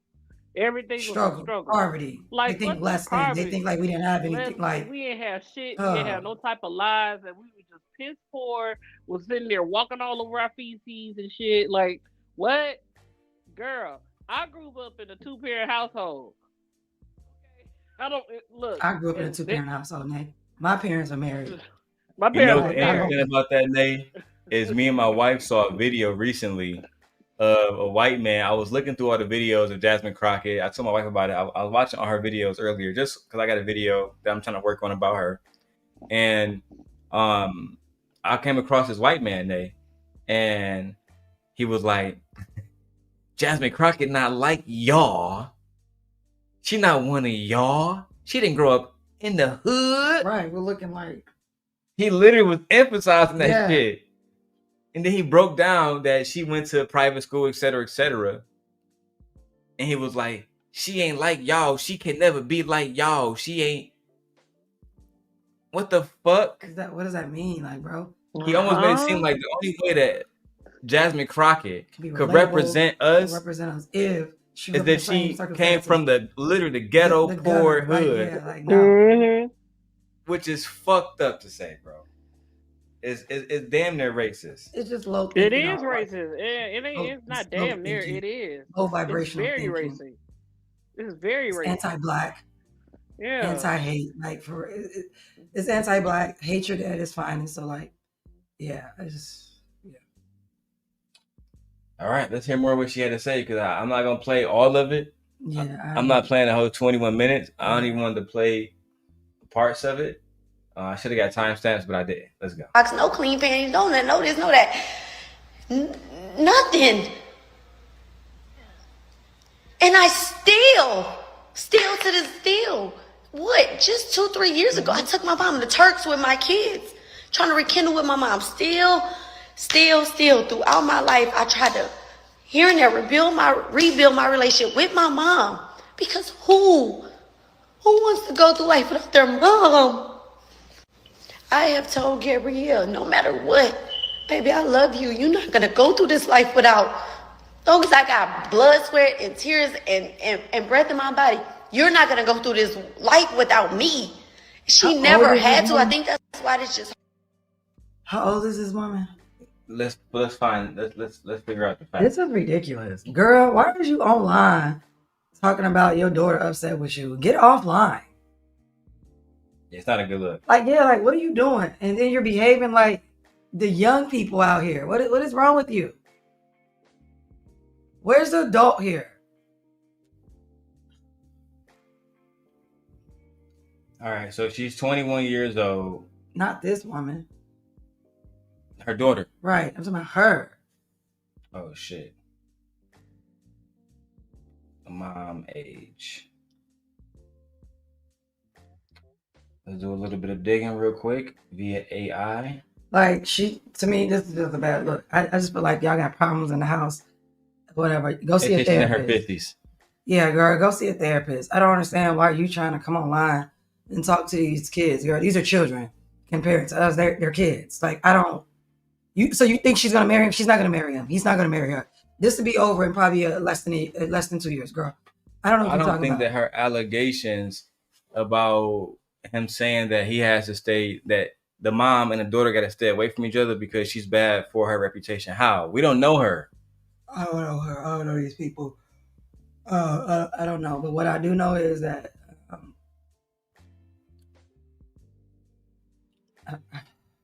so let me say this. In the video, she will also point out the fact that she basically critiqued KaiCenat's content, saying that the only thing he does is sit down with women and rappers and celebrities and people who have bad reputations, like Blueface allegedly and Christian Rock allegedly. So why would it be hip? Like, why would you keep this woman away from me if she's going to be harmed by my reputation or whatever I did in my life? But you get her around fucking Christian Rock, Blueface, who just got a fucking prison, right? He popped up out of fucking nowhere. Girl, I don't know. This child is 21. If she's not around you, it's probably because she don't want to be around you. That's the way I look at it. I mean, she is an adult now. If she was underage, I'd be on her side automatically. But because this girl is a grown woman, I have to. She's a young lady, but yeah, a young adult. And now this video has went viral on X and all these different platforms like TikTok. The reactions are divided.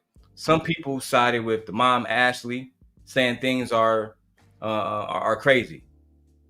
This girl was has been with KaiCenat for a long time, man. She's dated KaiCenat, since they were in high school. Now they say they dated for 10 years. I don't care about anything that they did in high school. In my opinion, they dated for 5 years. They dated since he was 18 years old. She was 16 or whatever. Could they have a 2-year difference? He's 23, she's 21. But at the end of the day, I don't really see anything that he's doing that's making her saying, hey, I don't want to have a relationship with you. That's like me trying to influence you to not see your mom.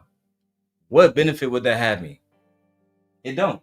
Like, even in the worst relationships, babe, think about Tisha and Marceau. He never tried to keep Wanda away, really. Wanda was just on bullshit. Always questioning his marriage. Always claiming he was cheating. You're the problem here. But clearly he ain't got no, I don't want to say control, but he don't have any influence over her. Because why would you get online and go do? In my mind, I just feel like, if I'm just really being honest, in my mind, if I was him, I'd be like, why would you go online and say all that stuff about your mom when you could have just had a conversation with your mom? Now I'm getting all this backlash that can ruin my brand, my business. He need to get rid of her personally. I would have sued her for the conversation that she recorded. He need to get rid of her. I don't think you need to sue her. I really don't. Then that's really gonna make him a jerk. She recorded their conversation, babe. I don't care. I don't think he needs to. You think that's too? I just think it's too far because this is. If it's not about him, then this is really between her and her daughter, and he's getting dragged into it. He needs to check his girl because she shouldn't have went online and said anything of what she did for her mother to respond. I mean, I gotta agree with you. But that's how these kids are. They live their lives out online. Like, I just think that's crazy. For her mom to come on here, I would have never came on here and responded at all. Do you think the daughter should have responded? No, it's stupid. Just mother like daughter, like mother like daughter. They're one and the same. They're the same person. I agree. They're exactly the same person. I agree. You're very pretty, wife. You're so pretty. Michi's official name is the Sleeper. Put niggas to sleep. I'm not sure. All right. Anyway, let's get it. So much. And don't get me wrong. That Gabriel's dad was never around, y'all. Never. Gabriel's dad come from a decent family. Gabriel. So he come from a decent family. Now we learning more, but his dad was never around. Her dad. Exactly. Gabriel's dad was never around. Thank you, babe, for that correction. I don't know. I feel like people are saying she's black because her father wasn't around. She's claiming that she had a rough upbringing. But I want to see what this man looked like because she's that complexion. And her daughter is her complexion, which made me think the father is their complexion as well. These are biracial people. These are biracial people. I don't know why people try to call them black. I'm just tired of black people not knowing what monoracial black people look like. Yeah. Oh my God. That's crazy. Like, that's crazy. I have 2 black parents. I'm monoracial black. Are y'all serious looking at this woman? Saying she a black woman. Yeah. Saying she a black woman, which is crazy because you would think that they'd think that, oh no, there's no way that this is a black woman. I just don't understand. Why can't people just be mixed or multiracial? Like, what's wrong with being mixed and multi? Nothing's wrong with that. No, it's not. Like, I just don't understand. Like, I'm gonna need y'all to stop with this one drop rule.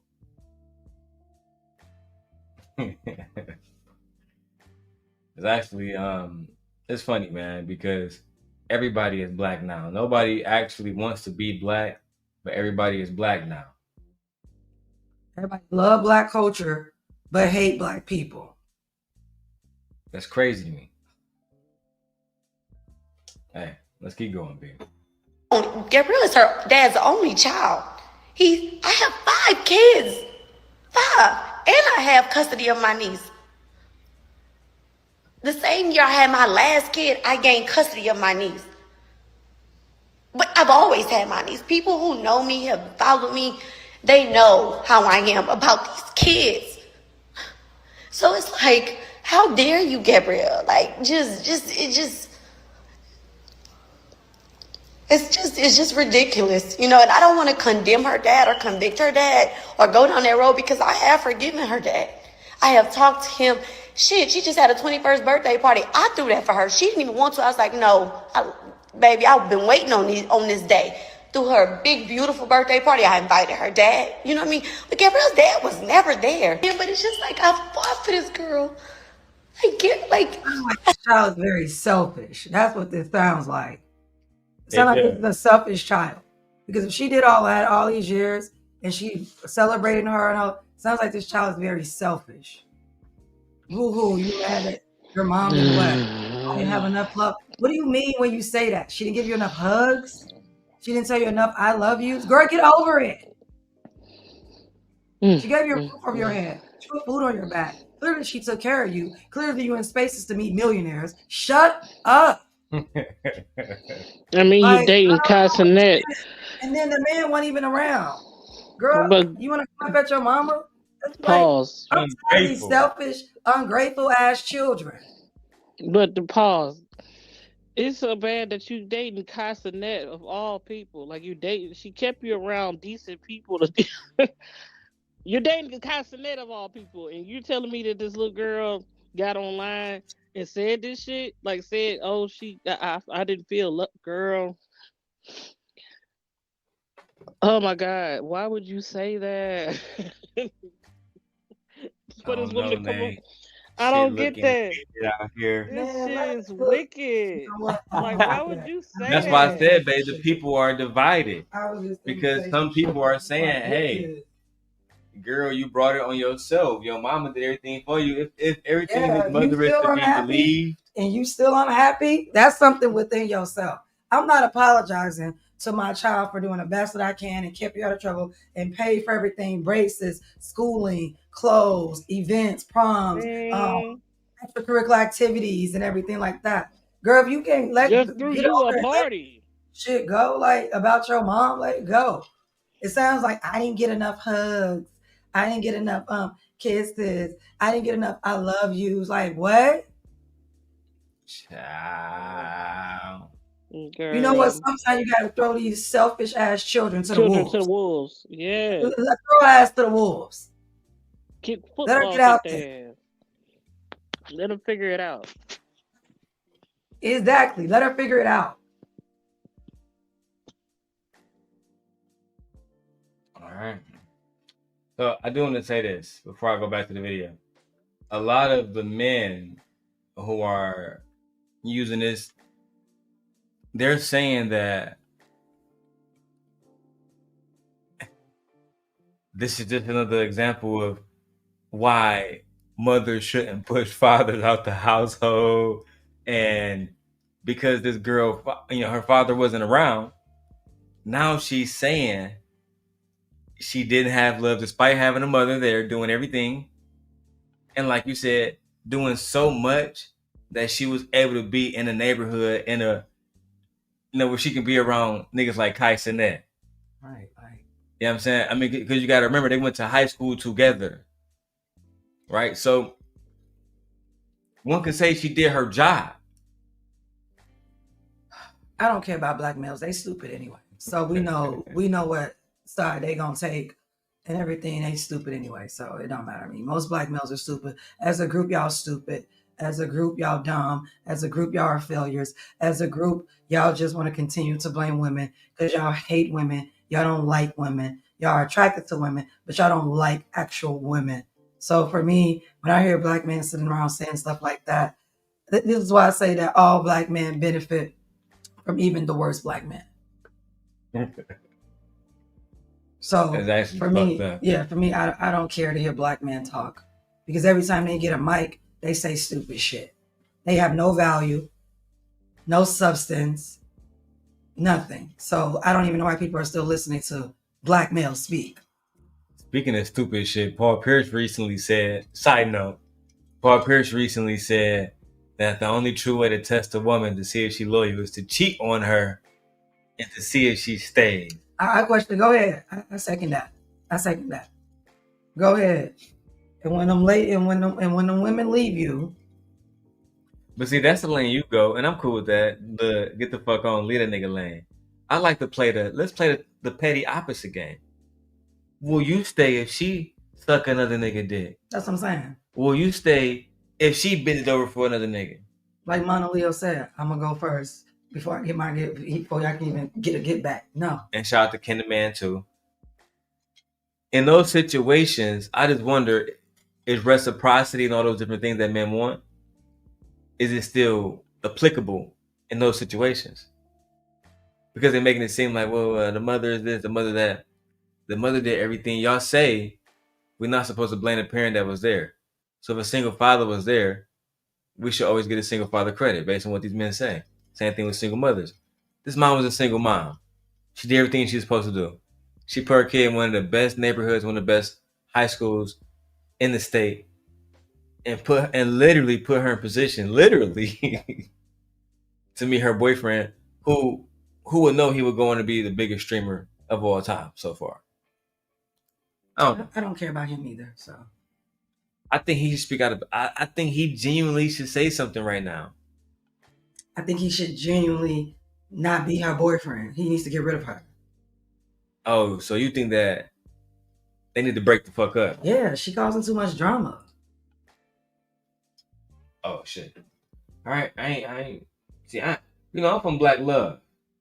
Darrel. Richie said he not black. She not black. Ain't something. Don't call it black love. I'm okay with you saying I'm just for love. All right, cool. All right, I'm for love. Right, because that ain't black love. I'm for love. I want them to be happy like us. Like my Chicago Bulls shirt in the background, like the decor. That's hard, ain't it? Ooh. All right, anyway, shout out to the Bulls, man. They beat the Pistons the other day. Shit's crazy, man. I seen somebody in the comments say, Oh, because her mama was outside chasing rich niggas and wasn't at home with her daughter. Baby, I don't gotta chase a fucking thing that I attract, okay? You don't chase what you attract. Rich niggas come dime a dozen. Always have. Even when I was that young girl, getting it out the mud, working at the casino, working at night, getting my baby to school, doing what I gotta do. Like, y'all don't know me. Don't speak on me. Get out of my comments. Get out of my DMs. I don't give a fuck. The reason I'm speaking on this is because I have never in her whole life went to the internet with my problems. I never bashed her dad. I never talked about how he never showed up to one birthday. One. Not one. It was invited to all her birthdays. He never showed up. He came to her 18th. So why are you doing it now? Yeah, like that's what I'm saying. They like, I get it. The father didn't show up for one birthday. That's so fucked up. But what this got to do with KaiCenat? Yeah, I'm still trying to get it. I understand. Nothing to do with him. Like, this don't got nothing to do with him. What did he do? That's what I'm looking for. I just don't understand. I just feel like you preferences, black males, these preferences, they drag y'all into all kind of bullshit with their crazy mamas, their crazy uncles and aunties, and y'all just go right along with it, and then after a while you want to claim victim and everything. Imagine there's a black woman. Exactly. If this is a black, y'all would be dragging her to hell. She would be hell-bound. Mm-hmm. If this is a black woman, she would be hell-bound. Straight. Like, I don't get this, and I really don't understand. The rumor is proximity to whiteness, child. Rumors, because I believe her daughter put it out there, is that she was out here, you know, as she said in the video, spending her time with rich niggas. So what? And it kept a it kept what is her daughter doing? She should be in school somewhere. Is her daughter not spending time with rich niggas? The same thing. So right now, like you just like your mama. That's what I said. Wait a minute. She with KaiCenat. I literally just said they the same person. The same person. KaiCenat. Ain't in nobody college nowhere. Ain't trying to go to nobody education. He ain't trying to put you in nobody college. He ain't encouraging you to be in nobody's school. What you want little mixed biracials always banking on another man's paycheck, banking on your prettiness. And there's a such thing as pretty privilege. But at the end of the day, what do you have to show for it? Girl, he give you a couple $100. What are you doing with yourself? And take these guys out of it. Young ladies, what are y'all doing with yourselves? What are y'all doing? Y'all just walking around being pretty? Like we ain't educating ourselves? We not doing anything? So y'all ain't learned nothing from Bash Dog. Y'all ain't learned nothing from Prisha. Y'all ain't learned nothing. Y'all ain't learning nothing from Ruby. Y'all ain't learned nothing. Cassie. Y'all ain't learned nothing. Preferences. We're going to say this one more time. One more time. What are you doing? Because it's ridiculous. This shit is retarded. It's ridiculous. So what? But guess what? Did you eat? So as of right now, Team Scent Nation, we're on the side of the mom, Ashley. I'm not on anybody's side because I don't like the fact that you came out both. This whole. This is a bad look on her. Well, yeah, because KaiCenat fans like he's under attack. Yeah, this is a bad look. I don't think she should have put this out. I think she should. They got family issues. Yeah, like this is what I'm saying. This is a family thing. Yeah, can't go to counseling. This is a family thing. And for me, when your 21-year-old daughter came out and said what she said, I want to respond it back. Personally, that's just like my son going out talking crazy on me online. No, I'm gonna go meet that nagging person because we got a problem. It's my fucking kid. Right. I'm not about to do this shit. I'm not about to do online. No, I'm gonna go to my kid's face. Child. Show you how to rate this game. 18th birthday party. Well, 18th birthday trip. And that is where me and her really fell out. She called herself inviting her dad on the Aspen trip that I was helping, that we were planning for her 18th birthday party. Girl, she took you to Aspen. Now I'm getting it. This is a selfish, spoiled, little entitled, rich, little. I ain't gonna say that. And we say KaiCenat took y'all to Aspen. I'm sorry, keep going, man. Yeah, like this is ridiculous. Look, that video is actually online, and I feel like part of the reason why Kai hasn't responded because the footage is all there. I'm not gonna say they ruined his video and ruined because he still got millions of views, but the video became less about their trip and more about the women who are both beautiful arguing, toxic, and then they generalized it and they seem like all women act like this. This is a mother and daughter dynamic. They got some things to need to work out. That's literally all this is. A daughter's mad at her for whatever reason, and the mom's like, I don't understand why the hell you mad at me when I did everything for you. Like, what are you so upset about? Like, yeah. So this is just family issues. I personally think he should have checked this girl. Checked her how? Oh, he should have told her what the hell you're doing, putting out a message to your mom. Keep that family shit in house. If you have a problem with your mother, go to your mother. He could have paid for some therapy or some shit for them. Like, go to your mother. They got so much money between all of them, they can send for a therapist to come to the house. I don't want to hear this. This is, to me, if he's making money and he's providing, and this is how he provides, whatever. But this is the way he makes his money. So why are you ruining his brand? Why are you bringing problems and causing commotion around his brand? To me, personally, if I was his mama, she don't care about you. But if I was his mama, he wouldn't be with no biracial woman. If I was his mama. I don't think that he wants to. I don't think that KaiCenat mom and dad is really like making choices for him. He do a lot of stupid shit.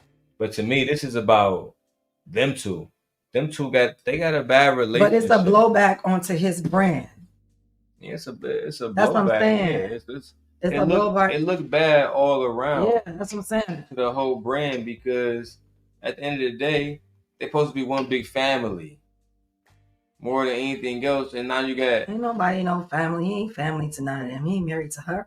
Been dating this girl off and over. And he ain't married to her. I don't care. Damn. She was that important, he would have married her. But he didn't. Wasn't he just with another girl? They got her that sucked his boy's Peter Wacker. Off and I on. don't want to hear it. Yeah. So I don't want to hear it. I don't want to hear it. Yeah, let's go. I'm not going on a birthday trip with your dad. Your dad has never showed up. He ain't never been there. And mind you, a couple years prior, he called himself going to the courts and lying on me. I still won custody. Still did that. Still fought for her. And that's another problem. I fought for her. I saved her. I'll be mad too. I just feel like if you want your dad there, that's fine. And I won't come. I'll be mad too. And I just feel like children need to respect how their parents, whether it be man or woman, feel about their other parent. They need to respect that. Because at the end of the day, y'all weren't there in a relationship with the parents. Y'all were kids. Y'all don't know what they went through. So I'm not mad at that. I don't want to sit down with my ex either. We not cool. No.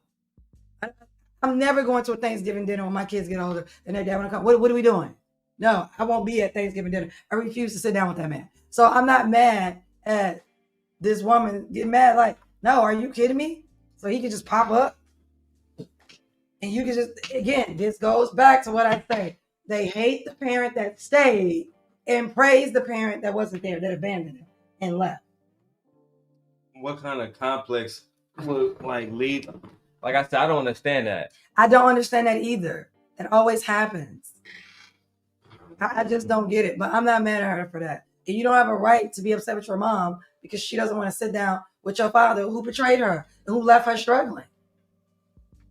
Like, what are you talking about? You weren't there. Especially if you're gonna hit her with the surprise, yeah. Like I recently did that with my mom and it went completely bad. Now I don't regret it, but I understand what people were saying that maybe I should have warned her. You know what I'm saying? But in that situation is different. I definitely would never warn my mom with a surprise visit with my dad. God rest his soul. I would have never did that. Right.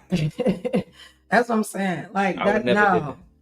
Because I know for a fact they don't care for each other. that shit would have It went left. They don't care for each other. And I think like the fact that she's saying that, your daughter she knows that her mother doesn't care for her father.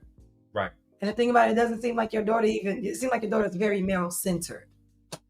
Extremely male centered. That's what it seems like. Yeah. Yeah. Gabrielle was disobedient. Gabrielle was going down the wrong road. I fought for her. The year my baby was born, he's 6 now, was a really hard year. It was a really hard year. That year I gained a baby. I gained my custody of my niece, and Gabrielle started cutting up. So I'm in court for this. I'm in court for that. Like a selfless woman, because she didn't have to take custody. If she did have custody of her niece, that's a big deal, to take custody of another child and raise them as your own. That's amazing. People are not doing that. I took my hats off to her. Like seriously, that is a big deal, to take on another child that isn't your children, to love them, provide for them, nurture them. That's a big deal. That speaks to her character. That's selfless. Yeah, she's being very selfless. With her pocketbook, with her time. With shelter, like everything. Like, yeah, with her guidance, like, what? That speaks a lot about her character. Also about her morals and principles and everything, too. That was her niece. The niece could have went to foster care, but what she said is absolutely not. My family member would not be out there. Yeah. And she took custody of her niece. That's something I would do. Never mind, Tien told you that? Yeah. So, like, no. Yeah, this is family problems. I'm coming across a selfish, entitled brat of a child. Yeah. Who is impacting her boyfriend's KaiCenat business in the same way Travis Hunter's girlfriend is impacted his. Yeah. Biracials. Anyway. Preferences. Oh, yeah, I guess that's a better word. Preferences. I'm fighting for my life. Hey, girl. You was on the internet doing wild shit back then. And your dad, all he did was enable you. Like, Gabrielle never tried the disobedient slick shit with me. She knew because I was on her. All this, you didn't feel love, girl, you knew I loved you. I ain't play with you. I ain't play about you. Never. I sent you to your dad for 3 weeks. You on the internet cutting up, doing wild shit. I tell you, when you get home, you taking that weave out your head. I'm taking that phone. I'm on your ass. I never gave up on you. I used to have to, literally, y'all, I used to have to, because I'm not going materialistic, because hands down, I did that. I did that because I loved her, not to, I guess, bless her or make it like, ooh, half the shit I did for her, we never even post. I don't even think you, as a mother, as a resident mother here, I would never apologize to my child about what. I would never give you an explanation about, what I'm supposed to do, or no, I'm not giving you an explanation for that. Absolutely. If you don't feel love, that's on you. You're an adult, get over it. I'm done at this point. Because the fact that she did all of this and you don't feel love is an action word. It's an action verb.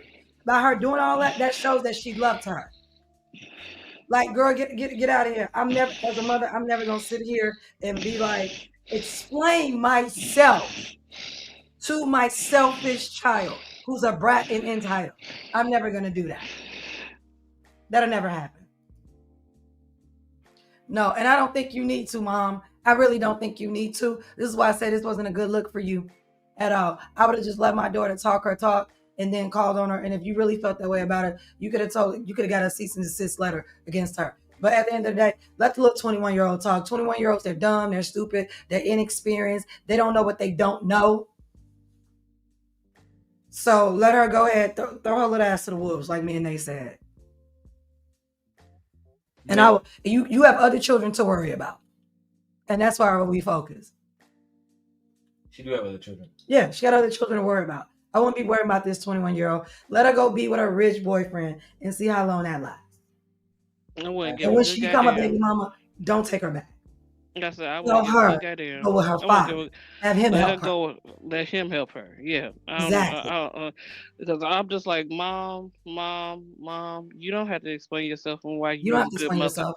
Not at You all. don't have to explain yourself to them. I said, I wish my mother would explain herself to me. Yeah. If I know as a grown now as a 35-year-old grown woman with the things that my mother did for me, I would be a fool to sit here and think that my mother had me out on the streets, destitute, prostitute myself or anything. I'd be a fool, knowing damn well that's not nothing that my mother did. I I would be think a fool. I don't like. Don't you ever women, especially single mothers that did it by themselves. Don't you ever explain yourself to no selfish ass little child. boy or girl. Don't you Exactly. don't you ever explain yourself to them. You lucky you How made you it. did. You lucky that you still alive. And Because I Darren, could have you been a too. shitty ass parent I I said, think yeah, she's cause confusing discipline with with lack of love love. Yeah. because her father will allow Her her to do whatever she wanted to do. He not didn't just do discipline her. whatever she wanted to do. He didn't discipline her. She would do He didn't put boundaries in. streams, TikTok, Right. stuff like that. He didn't put any boundaries on her. He didn't have any expectations and and standards. when was her father around though? Because according to the mom, the father was never around. So when he when did she come was, around, He didn't when have no when restrictions. That's what I'm saying. what? Because he And wanted to her her, he wanted her to like to him. feel love. Right. And that's not uh love, That's not baby. love, girl. that's not Love is love. discipline. Love Structure. get the Structure. structure. Yeah. Yeah, She's still a child. She said that's my point. she's That's what I'm still trying to get you to understand. she's It's still a a child kid. we're dealing with. That's what I'm saying. Her mentality, yes, she's 21, but guess what? She's really 17. Mm-hmm. She's still a Mentally, kid. emotionally, she's really 17 years old. She That, believes that if a man enable her to do whatever she wants without any consequences, That's love. that's love. That's not love. You don't even realize that your father wasn't there, so he wants you to like him. So he's Mm-hmm. not gonna put any. And also, you have to think about it. If you're not around, you don't really have any control over a child that you didn't raise or as much influence either. So now you're really not a father and daughter relationship. It's more like a buddy, and I'm getting to know you relationship. yeah, go ahead and hang out with your KaiCenat friends and stuff. Right. That's what I'm saying. But her mother was the one that did the raising, that did the guidings, that did the discipline, that put the morals in, the principles Daily in on a daily basis. They did the hard work. This is why I hate when I talk to me and you, I tell you, when we talk about this all the time, I don't want to be the bad person in the relationship. I don't always want to be the disciplinary action one. And then when the kids come to you, you're the fun parent. I don't like that because then it makes it look like I'm doing all the raising and all these other things and principles. And I have to think my mom is the one that feeds us, tell me when to go to bed, tell me I got homework, brush my teeth. Do I do that? Yes. Yes. You do. Dude. I am I'm the like the bad person because I have discipline and I'm principles and things we have to abide by and rules and regulations for the kids. So like, yeah. And I can understand why mom will be upset because I put all this fucking work, put all this work into this child. And then for you to come around and negate everything I'm teaching her and not even support me in raising her, knowing that you weren't there. Mm-hmm. The child that you're looking at, I raised her.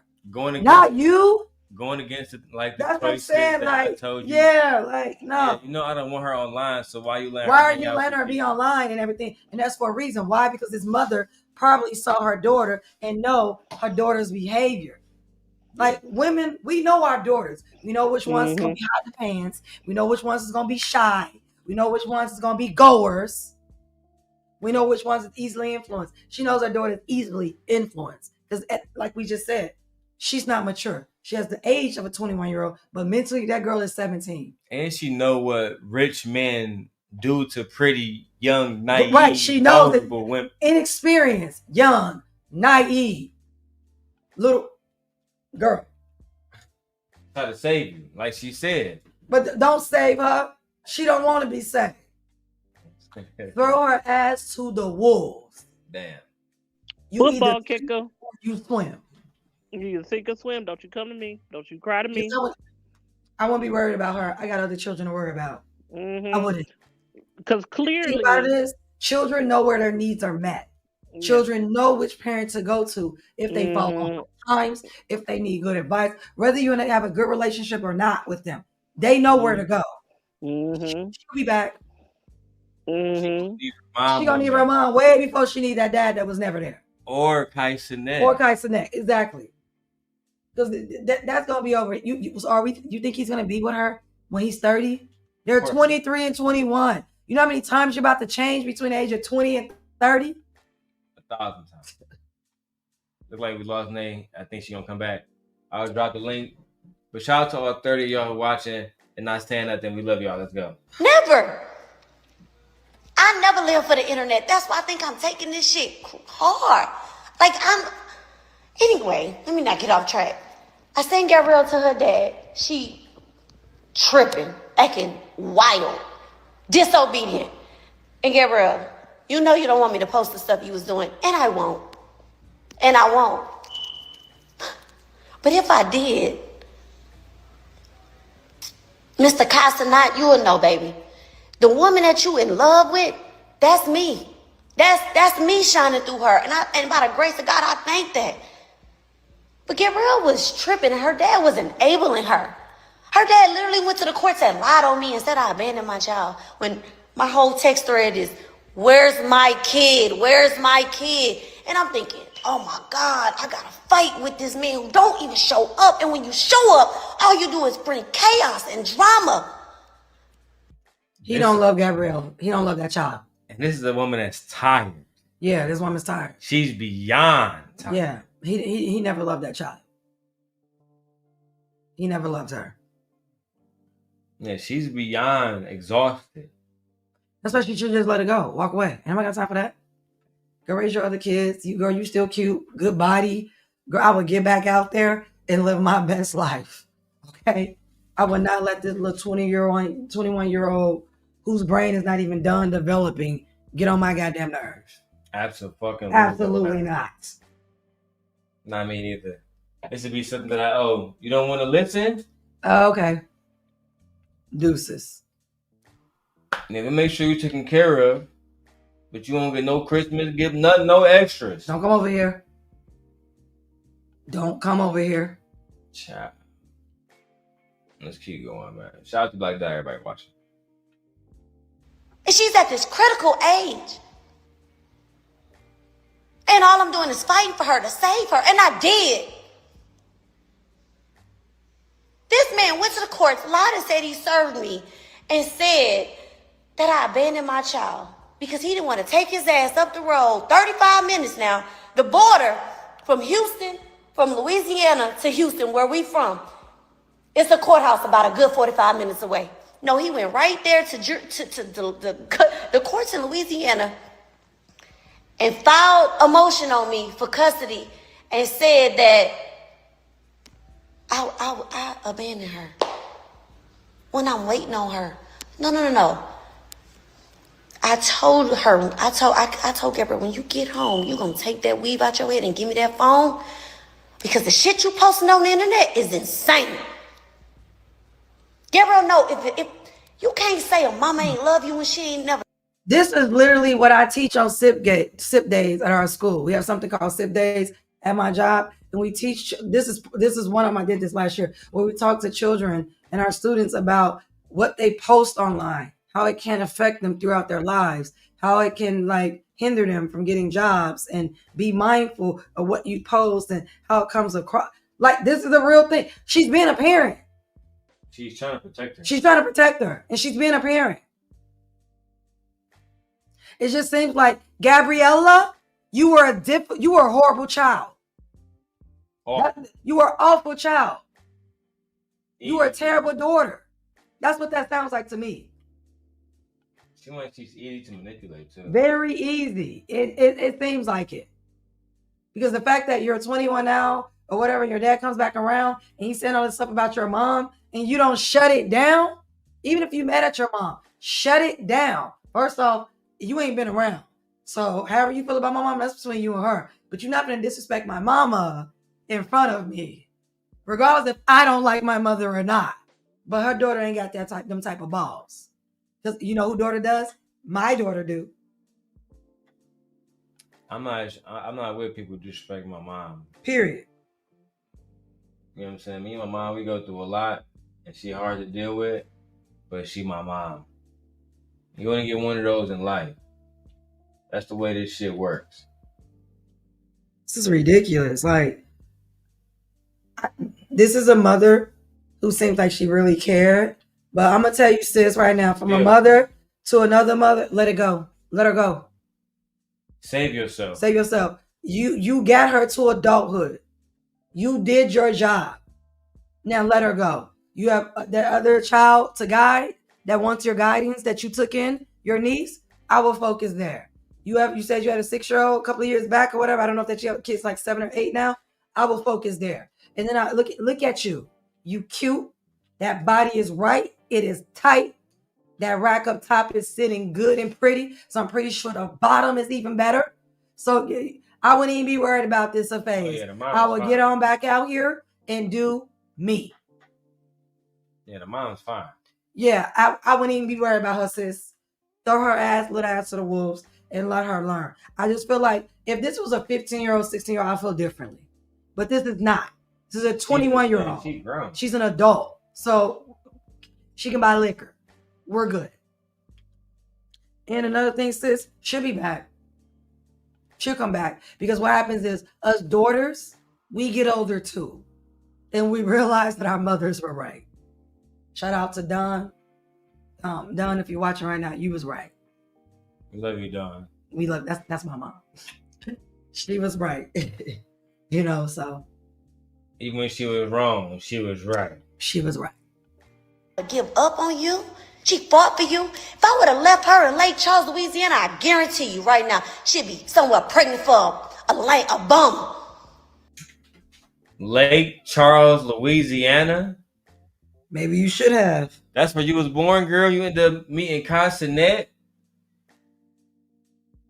Where is that at? Yeah, hold on. What's the population of Lake Charles, Louisiana? The estimated population for the city of Lake Charles, Louisiana, is around 81,700 as of 2023. Small population. Do any millionaires or billionaires live in Lake Charles, Louisiana? It is often hard to confirm who exactly currently resides in a city, but the billionaire David Philo, co-creator of Yahoo, was raised partly in Moss Bluff, a nearby community, and some prominent wealthy local families and business owners also have strong ties to the area, though not at the billionaire level. Still giving small hick town. Yeah, definitely. Small hick town. Louisiana? No. Because that's exactly where she was going.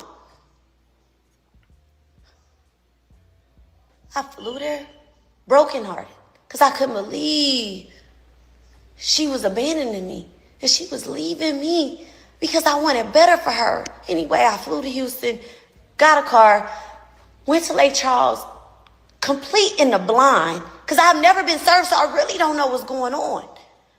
Her dad is telling me it's too late. Still never telling me he went to the courts. So I had to get an attorney. The attorney had to find out what's going on.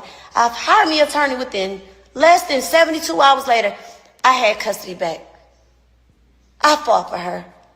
Gabrielle that's just one story.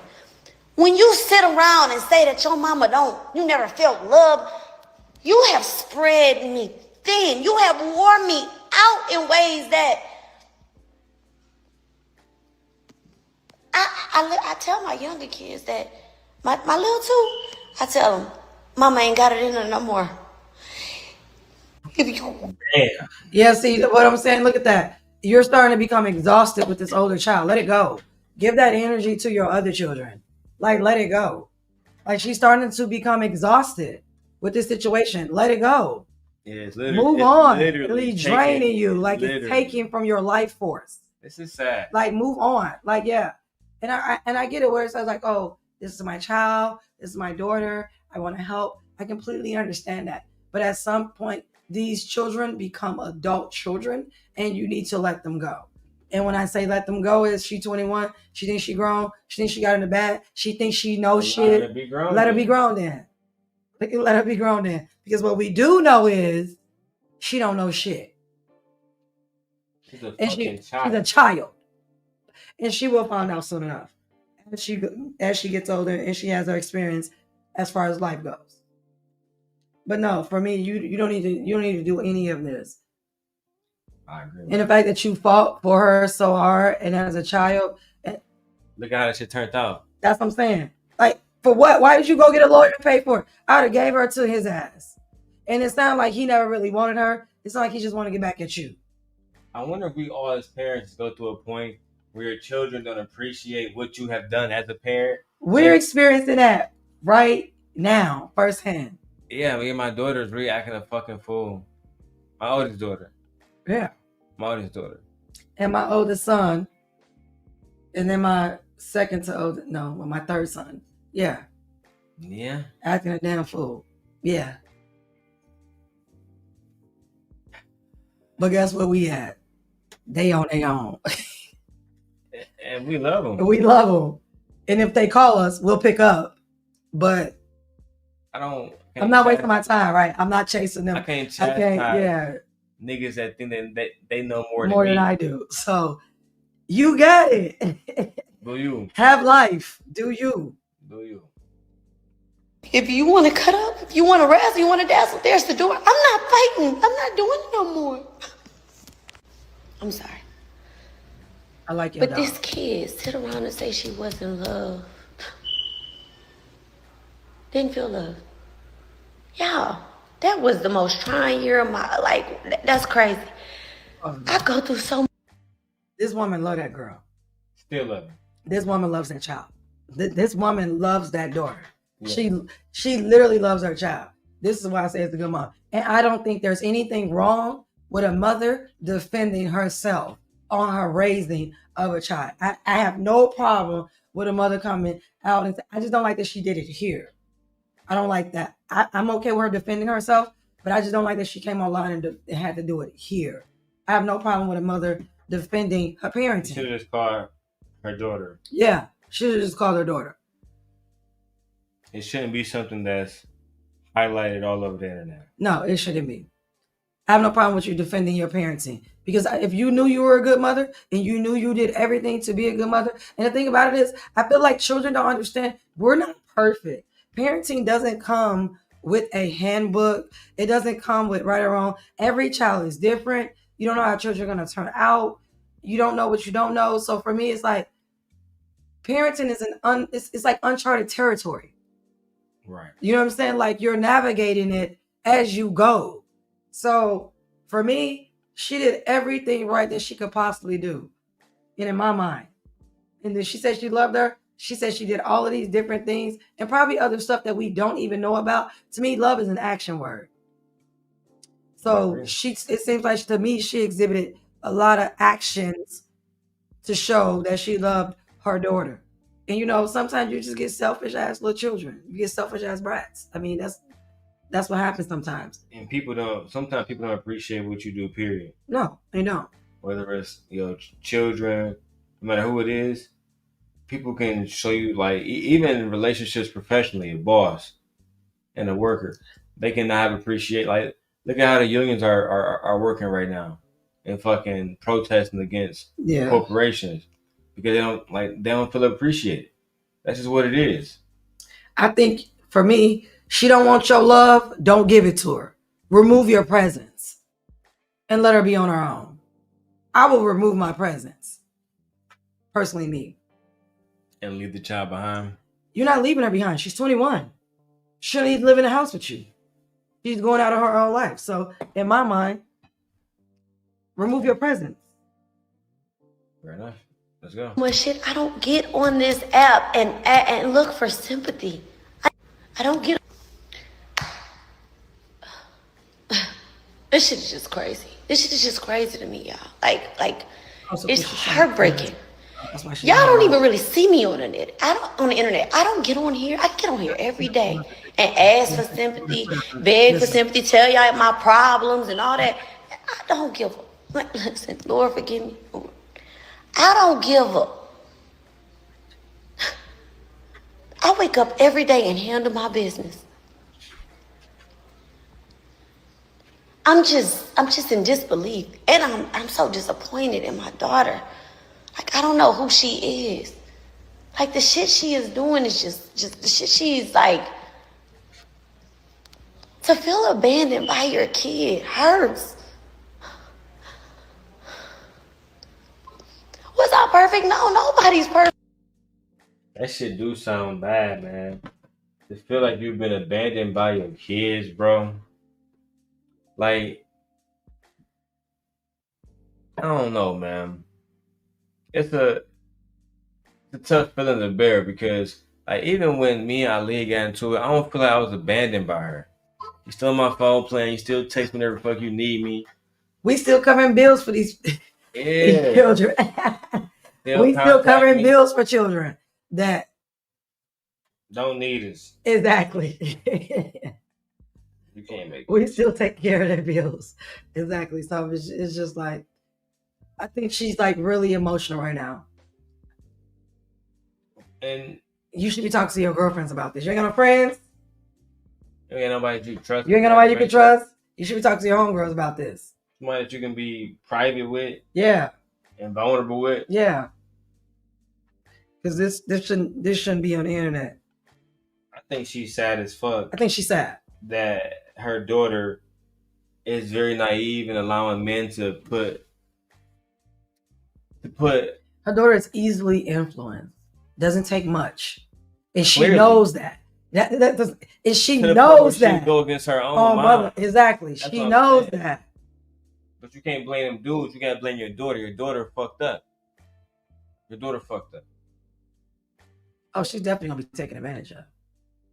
I don't know. Let's go. She's an easy target.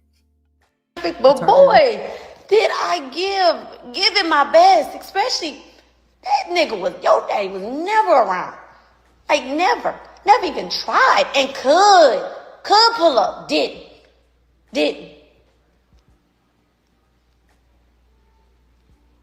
It's just like, I don't know why she wanna like do me like this. I feel like she has never really cared. Stop trying to figure it out. It's like, damn, do you?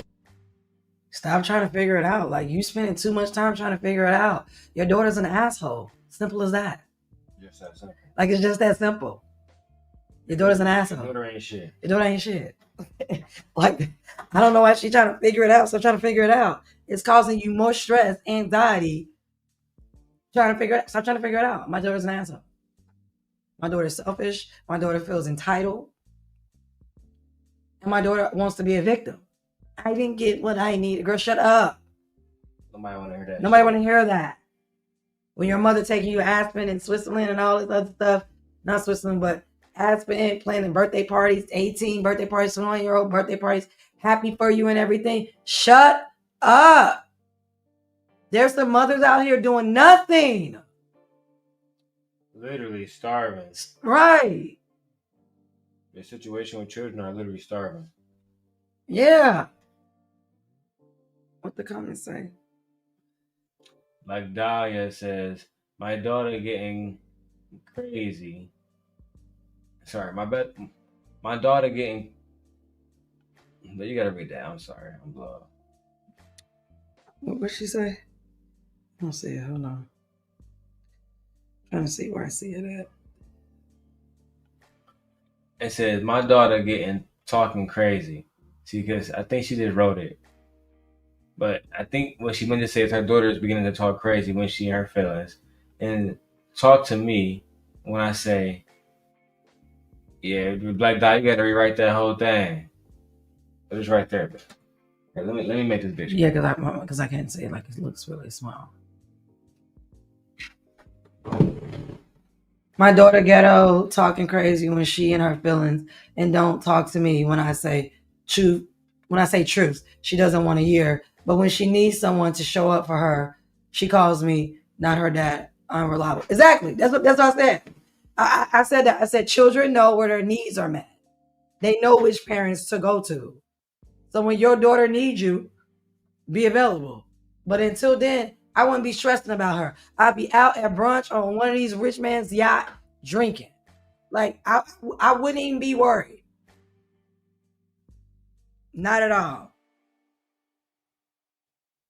I wouldn't thing even I be worried. learned about using an iPhone is that the iPhone, when it heats up, the camera starts to get real blurry real quick.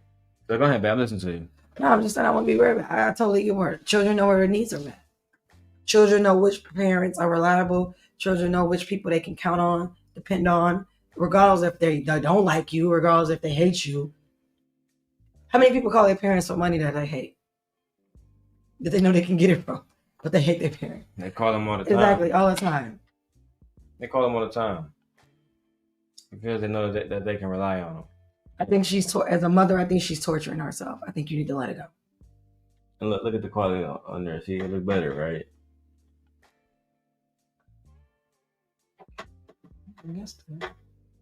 My whole point is, I want to give you a quick little lesson. You see, you notice how the iPhone's getting real blurry because it's starting to heat up or whatever. Yes. The Sony's having no issues. I haven't brought the big dog yet, so now you see why we invest into these cameras. We're streaming for hours, no overheating issues yet. Thank you, Black Dahlia. We love you. Let's get back to this video. You even love me? Like, it's like she chastises me, and I'm gonna be honest with y'all. A lot of it, in my opinion, stemmed from when I had another daughter, when I had Scarlett. I think Gabrielle was 12 years old when I had Scarlett, and the way she treats Scarlett, it's just heartbreaking. You know what I mean? And let me tell y'all something about Scarlett that y'all don't know. Scarlett was completely abandoned by her biological, let's just say, sperm donor, because I didn't want to be with him no more. Because You niggas ain't shit. You males ain't nothing. So she got pregnant by two different exactly. niggas. And again, like, and I know what the red pillars and she chose poorly. No, it's too many males in the community that's shitty. That ain't good males. That's the problem. It's not when I use males in a term loosely. And I mean in the most disrespectful way. I really do. Like, this is crazy. Back to back. This is crazy. Over time, though. Over here, she said she has two of the children. Yeah, but yeah, like, still, this both is crazy. black Like, men, yeah, they both did the same. They both did the same thing. Which goes to show that a lot of black men are not really trying to. I really believe married, black men are very anti-family. I wholeheartedly believe that. They're literally anti-family. You think so? Yes. You literally have Paul Pierce telling people to see if she's loyal to go cheat. In my mind, why are we even testing loyalty? Why are we giving women like, just be with your woman? Like, Paul Pierce is a fucking bandit. Nobody cares what he say any fucking way. He's a fucking fool. He's an idiot. He's tall, slinky, unattractive. He's 50. 50 old, never been married. Don't nobody want you. You washed up, you used up. He don't look good sperm, at 50. He don't even look good at 50. That sperm is disgusted. It's shriveled up. We can't do nothing with it. It probably has Down syndrome in it. That sperm got Down syndrome in it. Probably got diabetes attached to it. No, you can't make this shit up, low key. I don't know, man. Shout out to everybody that was watching us tonight. We closing in about 10 minutes. We're going into the last topic, which is Detroit elected their first, woman to be a mayor ever in almost 400 years. But let's go. Because I got a boyfriend. Scarlett goes through like that beautiful little girl that y'all see with that bright smile all the time.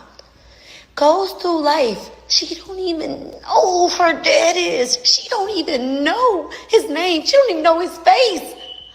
He completely left her just because I didn't want to be with him and got a boyfriend. But you went through like her just because I didn't want to be with him. What? Hey, whoa. Hold the fuck Minute. Wait a minute. Wait, first of all, you're not going to speed past that like you didn't just say what you just said.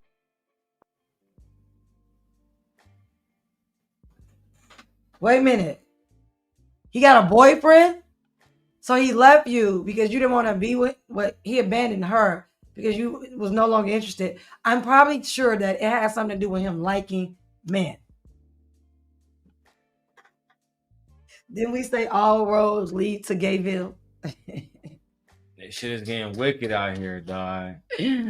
So Manosphere, red pill.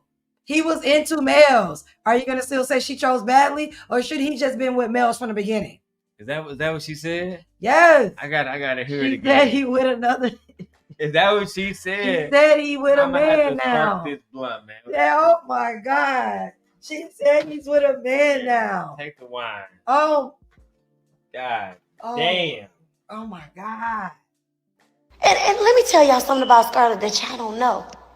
Scarlett was completely abandoned by her biological, let's just say sperm donor, because I didn't want to be with him no more. Because I got a boyfriend.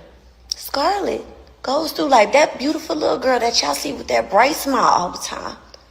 Goes through life. She don't even know who her dad is. She don't even know his name. She don't even know his face. He completely left her just because I didn't want to be with him and got a boyfriend. But you went through life alone? Girl, he was always gay. Is she saying because she got a boyfriend or she got a boyfriend? She said that she had a boyfriend. She didn't want to be with him anymore. So she already had a boyfriend. And she didn't want to be with him at all. So they broke up. That's what happened. And then he didn't want to be with her because she got a boyfriend, not him. Calm down. Let me tell you. They are not together. Okay. He wanted her. Right. She didn't want to be with him. And she already moved on. Okay. So he went and abandoned his daughter because she moved on with another man. And then after that, he abandoned his daughter. And now he's seeing a man. That's what happened. That's what happened. That's what happened.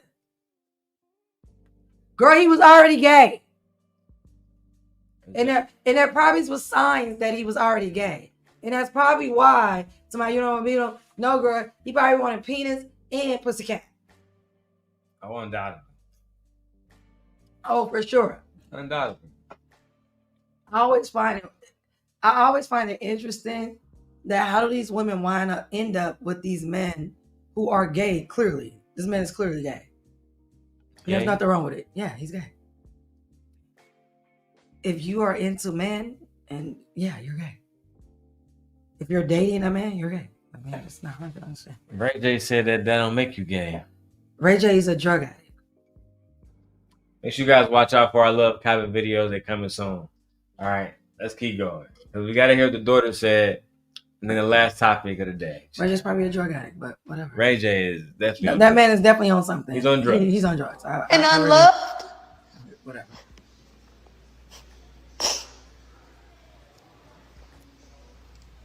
She also called out KaiCenat, alleging that he had researched Gigi and her circle and had advised her to distance herself from her. I'm going to skip that part and go back because this is where the part where she alleged that KaiCenat did research on her and found out that she was like a hoe back in the day or whatever. Allegedly. She also called out KaiCenat. Real. I don't know who she is. This girl came in my house recently. A couple months ago. My friends was over. We was here. I cooked. We had wine or whatever. She came in, and I don't know how we got on the subject of the internet. Girl, you drinking? She gotta get drunk. This actually is the part that's going viral. It's her talking about allegedly, Gigi came over her house and there was some disrespectful moments between the two. Such that I feel like sometimes, again, this was a black woman and her daughter going through this. They're using this shit to categorize all women of the race. Yeah. And it's just convenient to say, well, she's a black woman. This is not a black woman. This is not a black woman. I feel like fucking this is not a black woman. Damon Valerian. Yeah, that is not a Valerian. Valerian. Yeah, no, yeah. She not. And there's nothing wrong with that. We're just saying that this is not a black woman. This is not a monoracial black woman. And when I say monoracial, I mean she doesn't have two black parents. I don't think there's no need to attack black women. Right. There's no need to attack black women. And use her. Yeah. That's my point. Yeah. There's no need to use this woman as a way to attack black women. I think this is just a white Latina. I agree. I just watched one.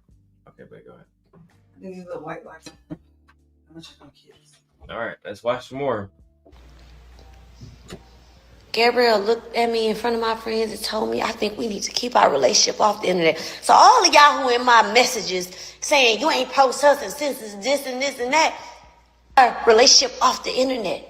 Then she follows up with, oh yeah, and Kai said, yeah, Mr. KaiCenat said, told my daughter, my baby, that he did his research on me. That he did his research on me and her best friend. Now, who her best friend is, y'all, I really don't know. I know Gabrielle friends, but who the best friend is, I don't know. But best friend, he said, you too.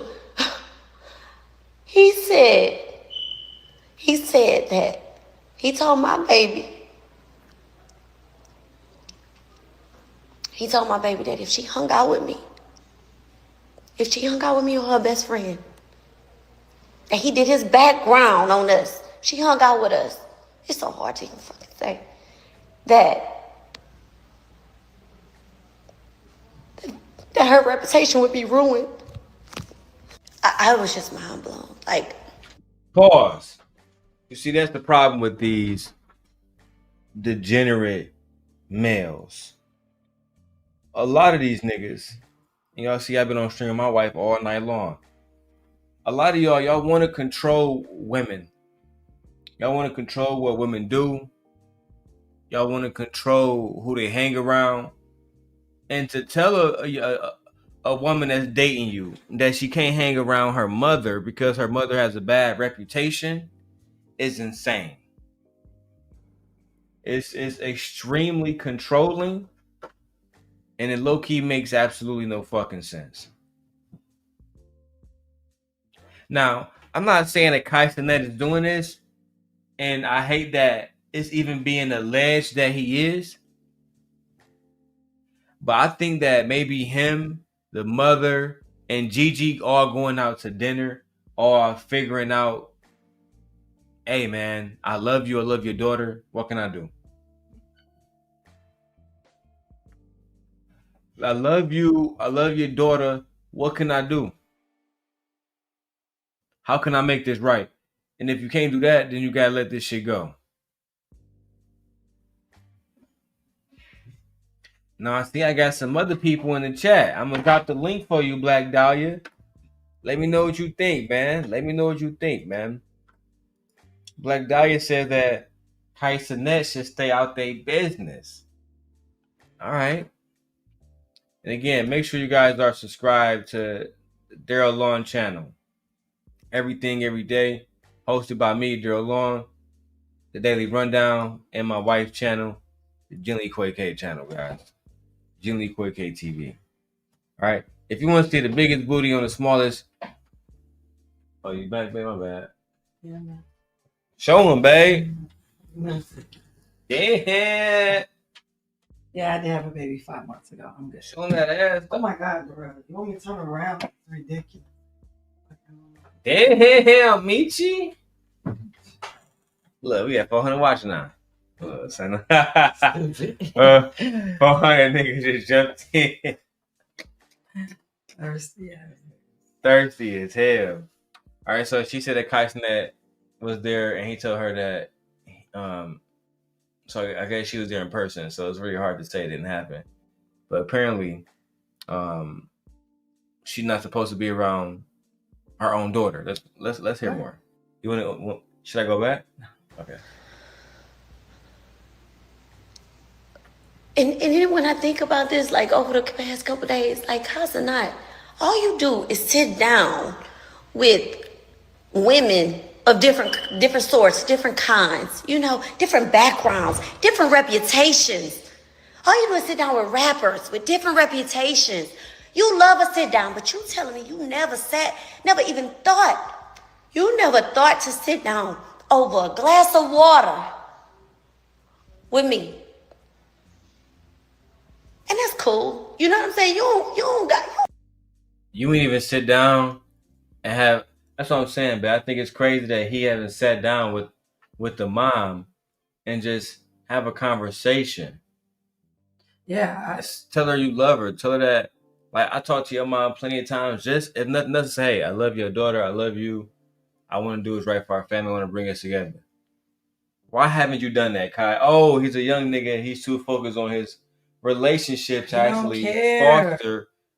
He's focused on. He's too busy. He's too busy focused on his business to actually focus on anything else. Yeah, he don't care.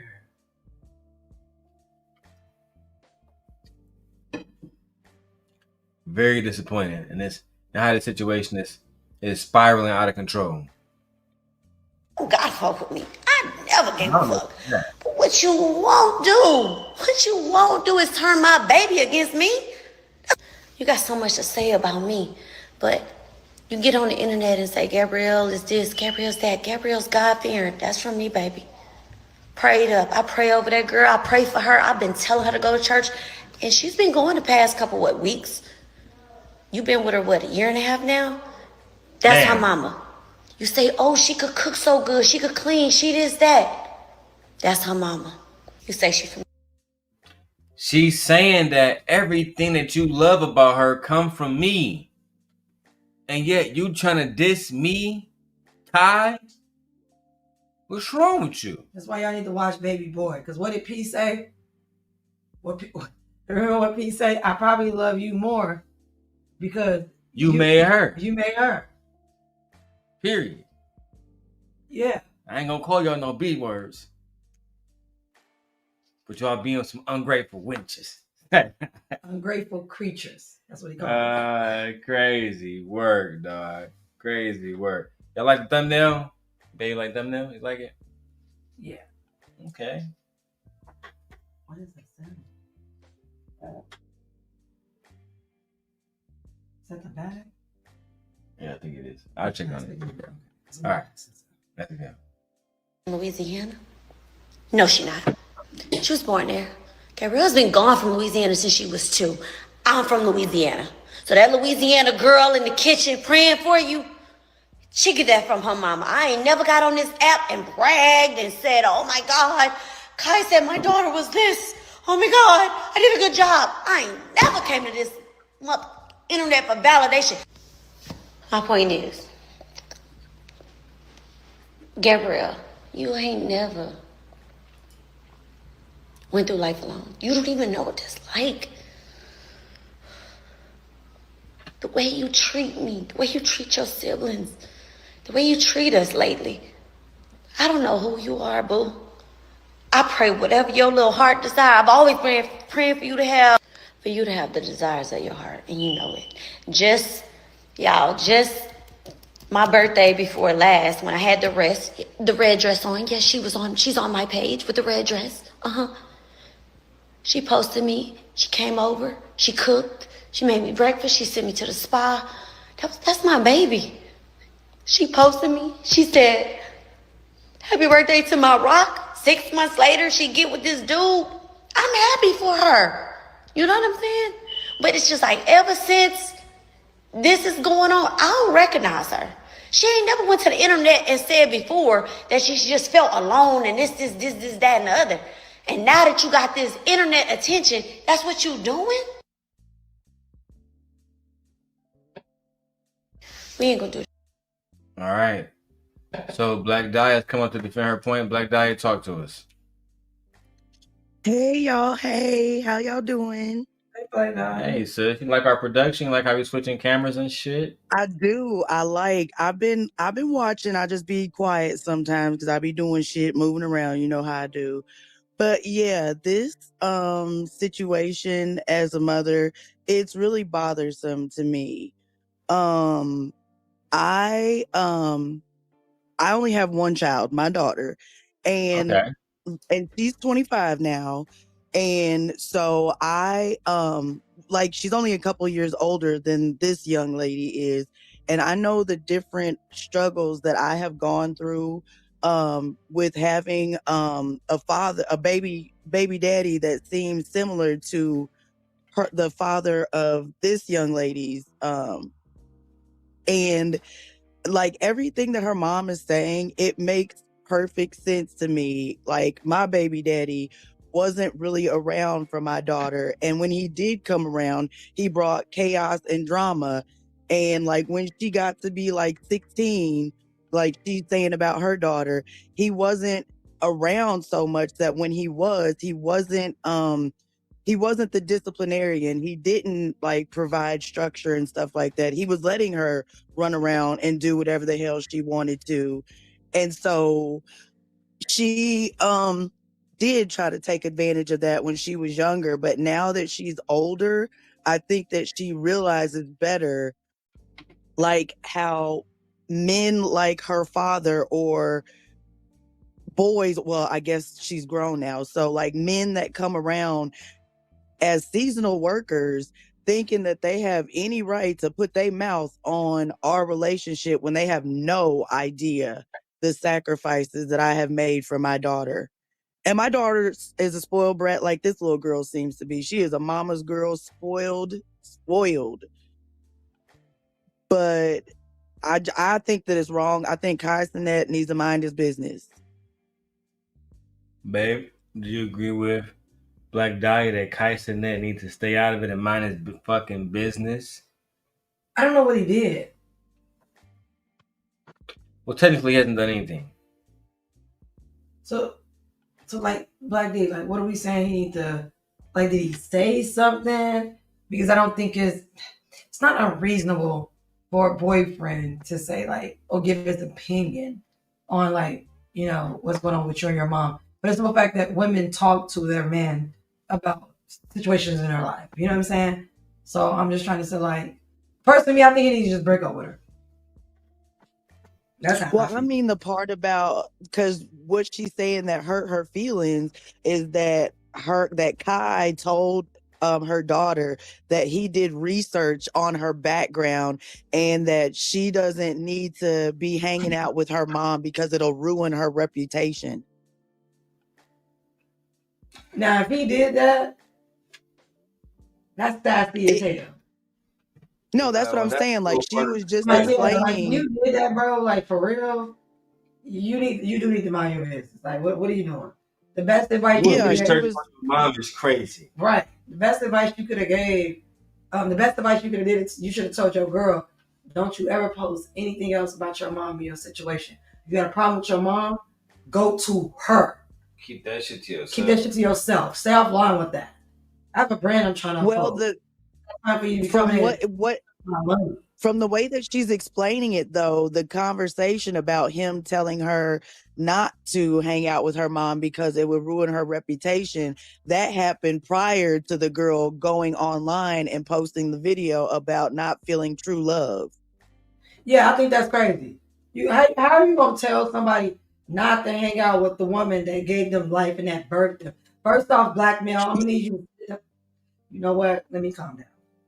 That's what I was. I'm gonna need you to just that was sit down. my point because, yeah, she was saying that he brags about the things that he likes about her, and she's like, "Well, if you like her cooking, she got that from me. Like that's me, right? Yeah, that's me. So you don't want her to be the woman that you like, with I me instilled that in her. online." I raised her. And the fact that he's never even had a conversation with her mom, but he's passing judgment on things that he found out on the internet that might not even be true because he ain't ever talked to that woman. He's so immature. That's why when Darrel's like, you don't know who KaiCenat, I don't care. He ain't talking to me because he's a clown. He's a fool to me. When I think of KaiCenat, I think of my sons. That's what I think. 20-year-olds, that's stupid. And the fact that, like, I mean, I'm not trying to be mean, but you could put a bag on KaiCenat's head.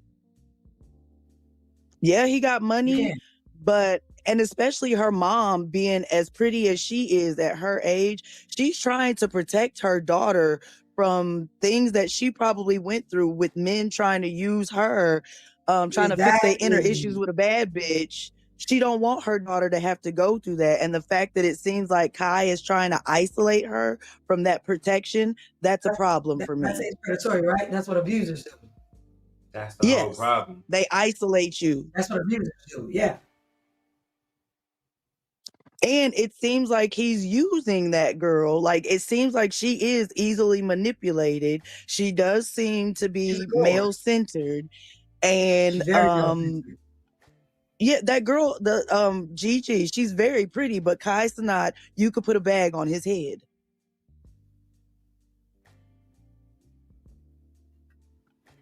I agree with you, like, I mean, I personally agree with you, like, I do think you need to stay, because that's just like a man trying to interfere with me and my daughter. Yeah, I'm gonna go at you too, bro. Get the fuck back. And I do agree with you, Michi, that like I wouldn't be online feeling like I got to explain myself and my parenting to everybody else. But I also understand like the frustration that the mother is going through. Like she probably did try to call her daughter, and because her daughter knows what she did by putting out that video and saying that she didn't feel true love, like that was kind of odd to me that she put it that way, true love, because when I think of true love, I think of romantic relationships, not like parental, if that makes sense. Yeah. Like I think of a Disney fairy tale when you say my one true love. Well, I'm gonna let y'all give y'all final thoughts on the whole situation. Not final thoughts for the show, but final thoughts on the whole situation between KaiCenet, Gigi, and the mom Ashley. Because mine is that I think the family got to find a way to come together somehow, some way. KaiCenet is the man of that family. He is not family. No, damn, No. it's over. Damn, That ain't her husband. it might be one day. Okay. Damn. But that day is not today. That's just her boyfriend. That's right. Exactly. He's a seasonal worker. Look at this cute photo of them in the thumbnail. You don't like that? That's why I said he needs to put a bag on his head. Right, that don't mean nothing to us. Damn. All right. She makes him look good. And I really hope that little girl or that young lady, that young woman does not end up being his trophy fantasy that it seems like he's trying to mold her into. I hope she takes the I'll time show you out what she looks to like, actually. babe. I don't know. Like when you say trophy fantasy, you Like mean like I don't really, I personally don't consider her a trophy or fantasy. I don't think he's all that cute to me or whatever, and I don't think she's all that cute to me, whatever. But for me, I just feel like I see these girls every day. So I see these women every day. She like the average girl walking down the street to me. Yeah. Yeah, she like the average girl walking down the street to me. And she's skinny as hell. Yeah. So like, yeah. So for me, I just feel it's not. I don't even feel like it, but I just. It's denim not even worth addressing. All right. Yeah, I don't even feel like I don't feel I'm about like to he transition. using him. I don't feel like he using her. I like the only thing I really do like about it is that they're age appropriate. You know what I'm saying? So, has she been 18? I'd have been like, yeah, this is a problem, bro. For real. Yeah, but she's 21 and he's 23. They're age appropriate within like less than 4 years of each other. So for me, I just feel like, in my mind, he's stupid. Because I'm not gonna let you come in here and bring drama into my business. Absolutely not. Think about it. If he worked at McDonald's, would you want your girl coming to your McDonald's bringing your at your work? Of course. Exactly. What if you owned your own business? Would you want her coming up to your job causing problems? Or if you was a doctor, do you want to come up to the hospital? Or if you was a teacher, do you want to come up to the school? Like, you're bringing drama to his business because you are immature and you can't go talk to your mom about the way you feel. So you want to go online and berate your mother, the parent that stayed, that gave you love through action, not just words alone, through action. And she seemed like she really freaking cares. I would throw this little bitch to the wolves. I'm tired of selfish children. I'm over it. I'm disgusted by selfish children. They feel entitled. You know what? Throw them to the wolves. And I mean this with all due with respect. Fuck them kids. Do you laughing? But I'm dead serious. Like, I'm tired of children coming of age.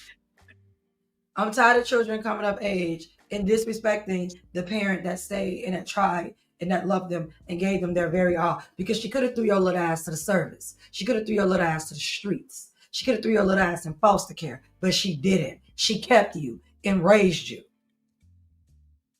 But let her drive to the wolves. Throw her to the wolf pack. Who cares? Because he's not gonna marry her. She'll be a baby mama soon, especially if she continues to mess around with black males. She will be one.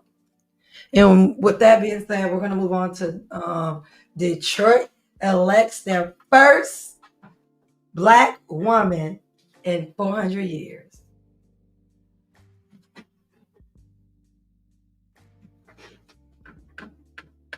Let's go ahead and transition into that because I think that's awesome.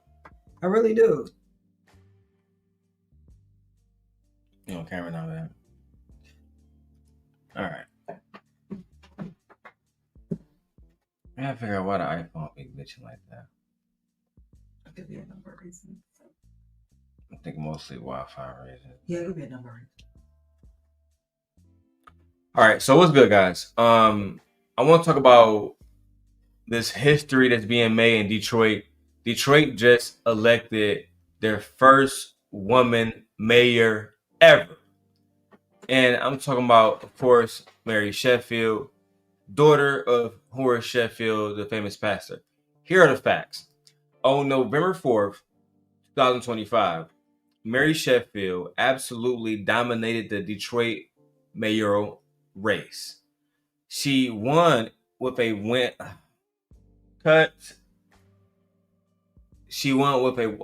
a landslide victory.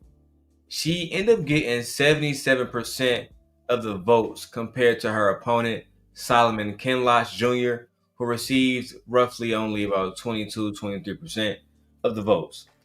The Detroit Associated Press called the race just after 9 p.m., barely an hour after polls had opened. So it was a blowout. This is how decisive the victory was for now Mayor Mary Sheffield. Now, let me also give you guys some background on Mary Sheffield because this is a woman that has been putting in work in Detroit for years. All right. Now, as I said earlier, she's the daughter to Horace Sheffield. She's 37 years old, or she might be 38 when she take office in January, making her potentially the youngest big city female mayor in American history. All right. She's been on Detroit City Council since 2013. And when she was, I think, just 26 years old, she became president of the Detroit City Council. That was back in 2022. During her victory speech at the MGM Grand Casino, Mary Sheffield also said something extremely powerful and very impactful, and it's something that resonates with most Detroiters. She said, throughout Detroit's 324-year history, 75 mayors have led the city, and not one of them has been a woman. 75 mayors has led Detroit through poverty, crime. Don't get me started on Kwame Kilpatrick. Keep going. Let's move forward. Right? Let's not talk about him. In 324 years, Mary Sheffield is the first woman to hold this position as Detroit mayor. She's replacing Mike Duggan, who has been Detroit mayor since 2014 and decided not to run for re-election because he's running for Michigan governor as an independent. He's gonna lose. He probably will lose. And Mike Duggan also endorsed Mary Sheffield, calling her, and I quote, the most qualified person, the most prepared person for the job is going to be our next mayor, Mary Sheffield. All right, so we also had to talk about what Mary Sheffield plans to do and how she's focused on three major things in Detroit in her first year. All right, that first thing is going to be raising income for Detroit residents. That's extremely important. How are you gonna do that? We got. I don't know. Yeah, because I'm gonna say, hey, she gonna. Now, I do got her whole 26-minute speech. I'm not covering that tonight. Yeah. I'm not doing that. The second thing she claims she's going to do is activating commercial corridors. Now, I believe this is going to be getting Detroit into more Hollywood, type shit, and other stuff like we have a lake too and a river too, but we don't have any docks. I always wonder why not. I always wondered that. And she talked about that. Like us having more business going through the docks instead of it going through Canada. I don't know. Anyway, she also brought up the fact that she want to have significant property tax reform that would reduce taxes for both businesses and Detroit residents. I think that's a good thing. I mean, reducing taxes is always a good thing. But what you gonna do about when the city freezes and it floods? See, that's what I want to know. What do y'all do about when your residents can't get to work? I got reduced taxes, but yet the greenery or what we call it, vegetation, is growing out of control. And then every individual is responsible for it instead of the city being responsible for it. Like with I don't like the fact that when I ride through Detroit, it's dirty looking to me. It doesn't look clean. I see all these abandoned homes. I see the landscaping has overrun every neighborhood. No one takes landscaping seriously. Your streets are horrible. So it's just like, what do you, and on top of that, what are you going to do about the crime? Because for y'all only to have maybe 600 to 700,000 people, y'all crime is too high. So that means you're the mayor, you're in charge of the police. So you have to look into them because they need to do their jobs. And I feel like Detroit police don't do nothing. So for you to bring business, I guess, like into Detroit, first off, y'all have to get the optics look bad. When I ride through Detroit, I'm not impressed at all. Now, before I continue to talk about Mary Sheffield and some of the controversy that plagued her campaign, I want to go to CBS and let's take a look at what Detroiters are saying about Mary Sheffield. The city just chose its first new mayor in 12 years. Yeah, CBS News Detroit's Julia Avan is out in the city speaking with residents about their thoughts on tonight's election results. Julia? Guys, this is what residents have been telling me. First off, they're happy with the results. They're not surprised Mary is taking the seat and is projected the winner. And they also say that she deserves this. One of the things that I kept hearing is that she's held a leadership role in the city of Detroit. She served recently as city council president and has been involved for 12 years. They spoke very highly of her, and they also spoke very highly of her opponent. They never spoke poorly about Reverend Kinloch. They like that he's been a positive influence in the community. He's done a lot of charitable work. He's a great pastor, but their only concern is that he's never held a political role. But now that, like she just said in her speech, she's ready to get to work, I asked residents what they want to see her do. Well, actually continue what is going on, maybe do a little better, as far as the inner cities are concerned. Downtown is vibrant, which I love. I live downtown here, so I love that, This is that's the problem. These are not the people of Detroit. Like, this is... No, let's say he is. Only thing you care about is seeing downtown look prettier. Right, like, what? Do you not care about education? Right. Do you not care about public safety? Transportation. Like, do you not care about these different things? The schools. Y'all schools ain't the greatest. And here's what's interesting, babe. During the final days of Mary Sheffield's campaign, she voted on city contracts worth millions of dollars for a demolition company who the CEO allegedly she was dating. And she had to go and she had a court date in front of the ethics board because people felt like she used her position to help her boyfriend. To that you say what? Men do this all the time. Did the president not just do it? That's how I feel. Or are we mad? Nepotism is alive and well. in so many areas. So why are we? Is he qualified to do the job? Does he have credentials? Does he have experience? Now, this is the first interview that Mary Sheffield has done. This is the interview I wanted to do with my wife. Sorry, this is the reaction I wanted to do with my wife. Let's break it down. Mayor-elect, what does it mean to be the first woman to lead the city of Detroit as mayor? I mean, you made history big time. Thank you. And I just owe so much gratitude to the residents of Detroit. I feel a huge weight of responsibility to ensure that we actually deliver now for the residents of Detroit. It was such a significant moment yesterday to make history, to show generations of women what we can do and lead as women. Now it's about executing and delivering for this great city. So I'm very excited to get to work. We're already starting our conversations around transition work, which will be deeply rooted in community, and just excited to ensure that Detroit continues to rise higher. I know you have a lot of work to get done. You have to pick your team and the whole 9 yards, but what will you as mayor tackle first? You know, I think for me, some things that are kind of ripe and ready to go is ensuring that we're launching the Office of Gun Violence Prevention, ensuring that we get that office up and running, which really addresses gun violence from a public health lens.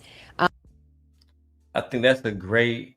I said it, like it's dangerous in Detroit. Y'all don't literally be doing just said I literally just said that. Y'all need to fix that because I don't know how she's gonna bring businesses and people back to moving into Detroit until you get that violence under control. Yeah, shit is wicked out there. Yeah, and the thing about it is, actually, remember when we was talking about Michigan? When I was talking about Kalamazoo, stuff like that, cheaper taxes, it's way cheaper Safer. living, like safer.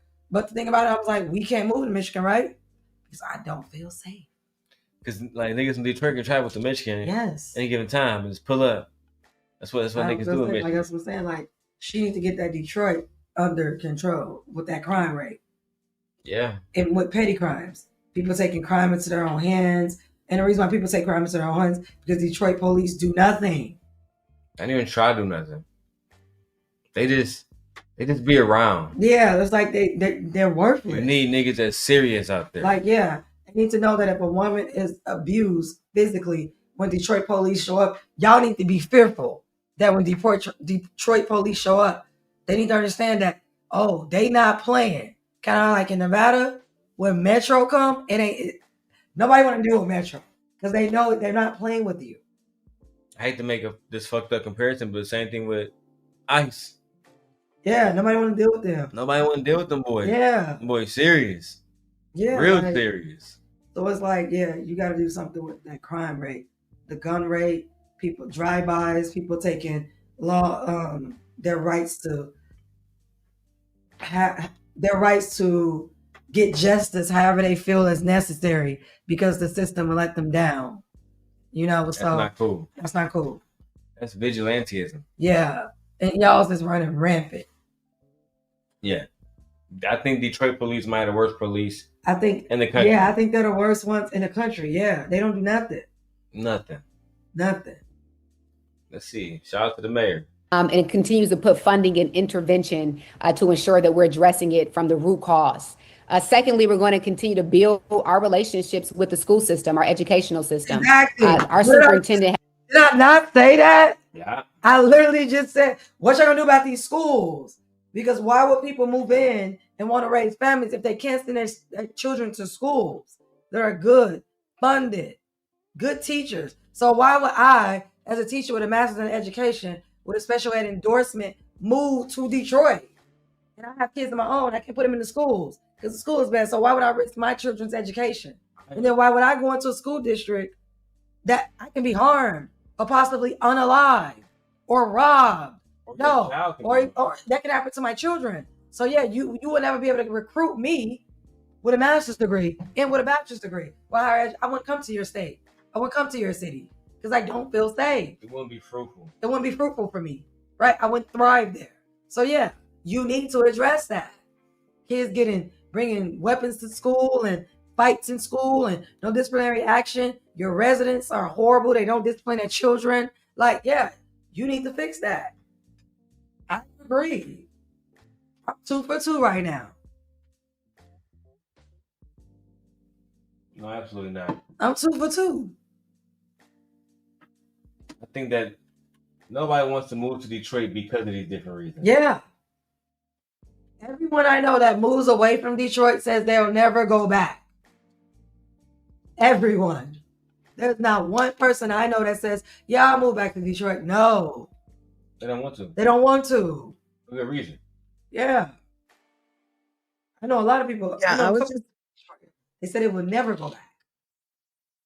Yeah, I don't know this lady, but like Michi said, the first thing that I was thinking about is the level of crime in Detroit. Because when I think of Detroit, I think of Naziah Harris and different cases like that. And like she said, I would never want to move to somewhere like that with children where you do not feel safe. And if the police aren't doing their job, like where I live, it's not as big as Detroit, it's a much smaller town.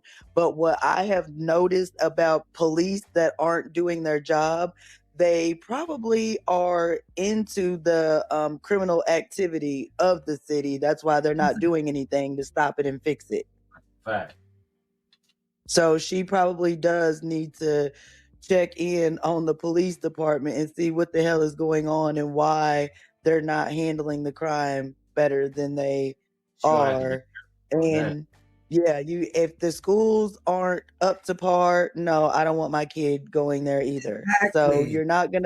you're not gonna bring money into a city where the crime is out of control and the schools are terrible.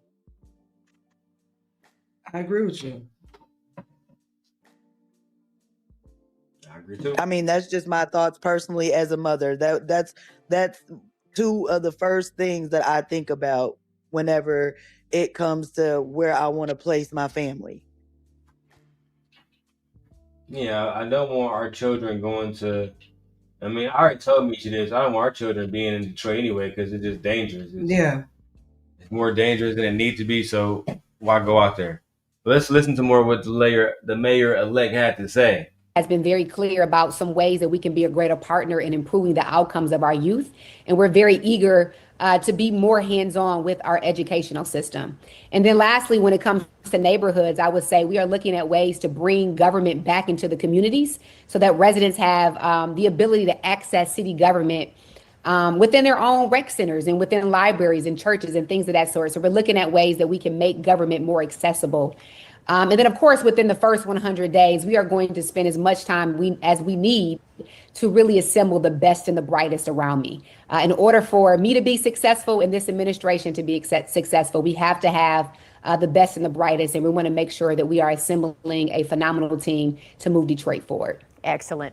Your motto, Rise Higher, has resonated really with all of Detroit. What's your plan to help Detroit and Detroiters rise higher now? Well, we are going to build on the foundation that has been laid. And I think Detroit spoke loud and clear that, yes, we see progress, right? You can't deny that Detroit has made tremendous amount of progress. The foundation has been laid. But now it's how do we take it deeper into our neighborhood so that more opportunity reaches more families in more neighborhoods. And so we're going to fill in the gaps. Mary, let me help you out. Because I don't know what that means. I'll help you out. Because I'm from Detroit. How you gonna help them rise? Gentrification. I was just going to say that. You're gonna move. When you say you want to help it get in between the neighborhoods, you're gonna have to move people out because there's some people. Remember what I told you about downtown? Yeah. All white people. Yeah. They just put the first Apple store there that's ever been in Detroit ever, downtown. It's all white people down there. If you want to help the neighborhoods out, you need to invest into the actual neighborhoods and the people that live there in the same way that you invest into the people that live downtown. That's all I'm gonna say. If you're from Detroit, you know exactly what I'm saying. And some people some people are gonna have to go. Some people are gonna have to go. Yeah, they're gonna have to go because some people are not. There's a lot of people thriving off the way Detroit is right now. Yes. They like the way the ecosystem is. You're gonna have to clean it all the way up. You're gonna have to clean it all the way up. If you want to revive the city, bring in revenue to your state. Some of y'all friends gonna have to get arrested. Some of y'all friends gonna have to be arrested. Yeah. Some of y'all friends gonna have to be convicted. Some of y'all friends gonna have to move to other parts of Michigan or out of Michigan. Or leave Michigan Or leave Michigan entirely. Yeah, because that's the only way you're gonna be able to revitalize Detroit as a whole city. Y'all got a lot of work to do. Mary, do you know how many abandoned buildings y'all have? And how many areas that don't have lights? Let me show you something. That's crazy to me. The first thing she got to do is get rid of Kim Worthy, or bring somebody else in. Because I'm pretty sure you heard about this story, and this I'm gonna finish the video of her talking about like what she want to do, but this is very important to me because we have daughters. So a woman in Detroit went viral about 9 years ago. And let me tell you why. Because she found 11,000. Oh, I remember this. 11,000 untested grape kits. Yeah, sitting in a warehouse somewhere. Yeah, decomposing. In Detroit. I remember this. Work. This is a big deal. But for some reason that day, I just didn't feel right about going. But I went on and went. And all I knew, it was this gentleman approaching me real fast. He was walking up behind me real fast. And he grabbed me. He wrapped his arms around me, put the switchblade knife to me, and he said, "Bitch, walk." And as I'm walking past, I'm passing my grandmother's house. He took me about behind an abandoned building, you know, and he raped me, and I just kept pleading with him for my life not to kill me. I want you to count to 20, and when you get through counting to 20, you could go. So I think I made it to 15, and then I ran straight to my grandmother's home. And that was the first time I ever seen my grandmama cry in her life. She wrapped her arms around me. She said, "It's gonna be okay." They did the rape kit. They took the evidence and they sealed it up, and that was it, you know. No follow-ups, no calls, no anything.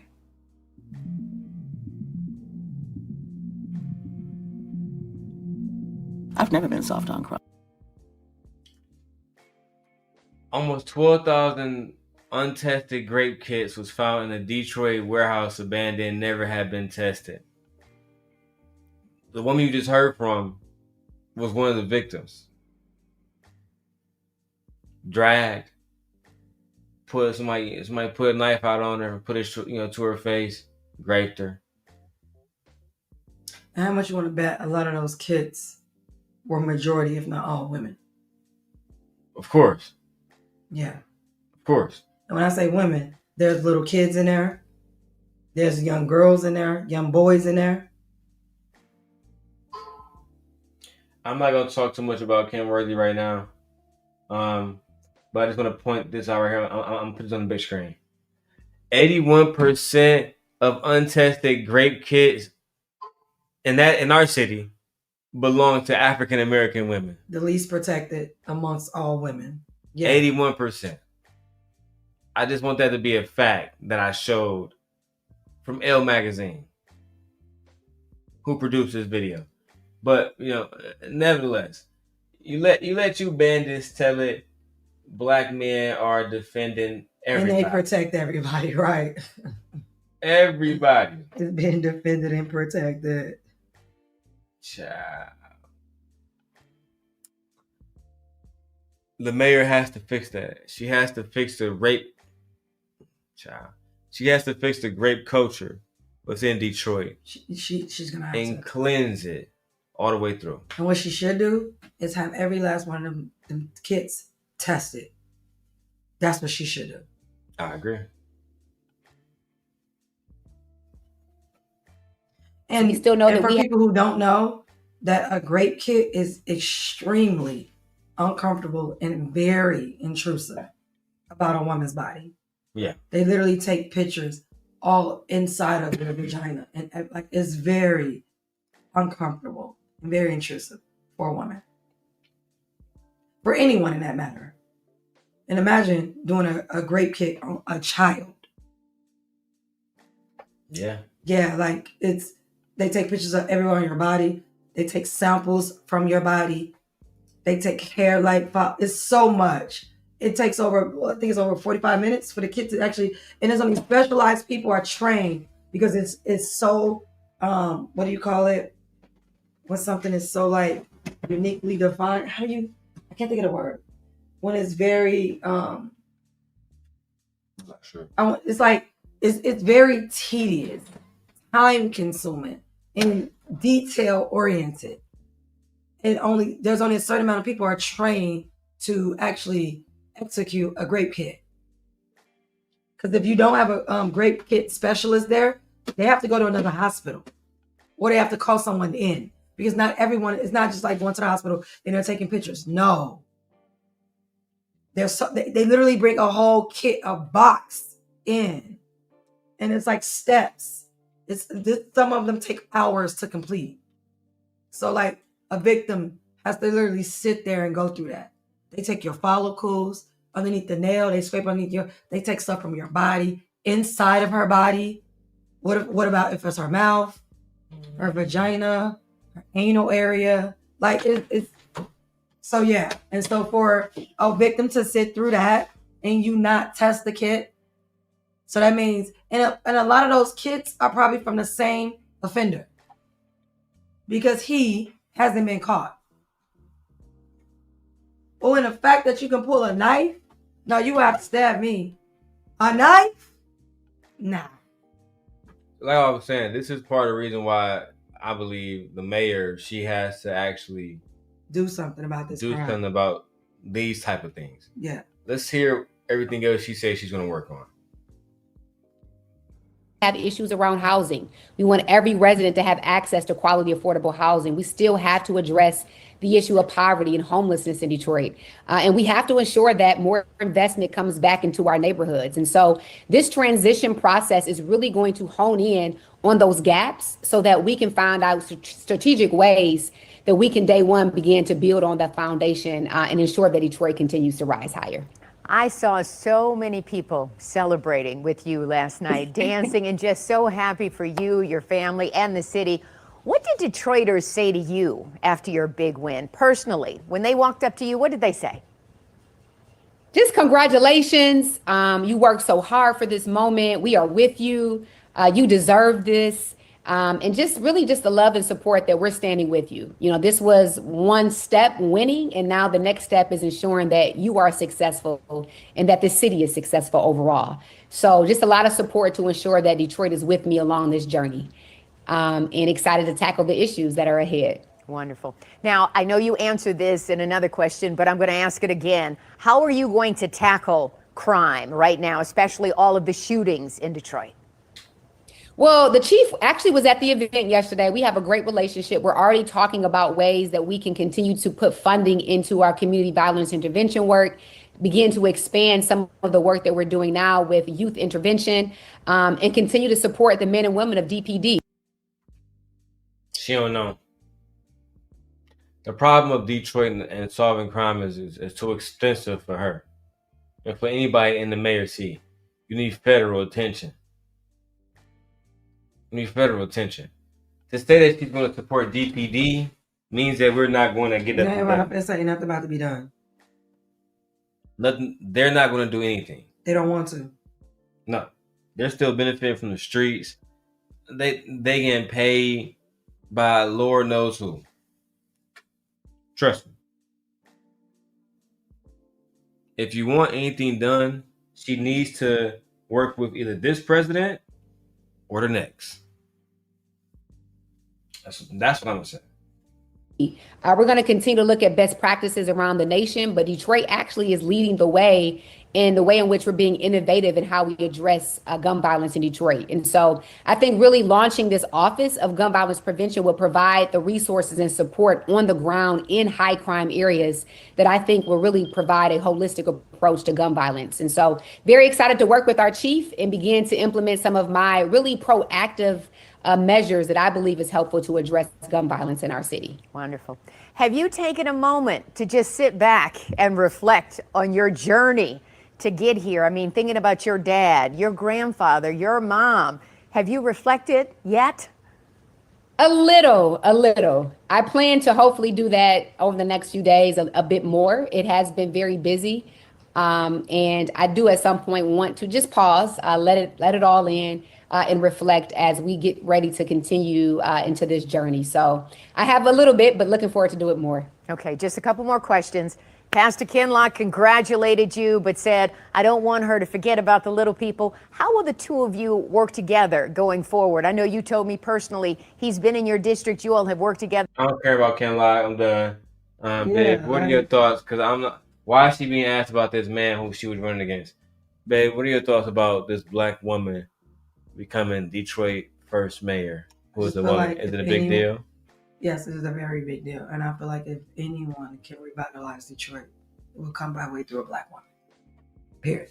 Especially when it's been working on city council for the last 20 years, basically. Yeah. So she understands the population. And that's not a high paying job, too. If people saying she's rich, she's not her father. Right. She's not. Stop comparing her to him. Yeah. She's here on her own merit. Correct. Yeah. Correct.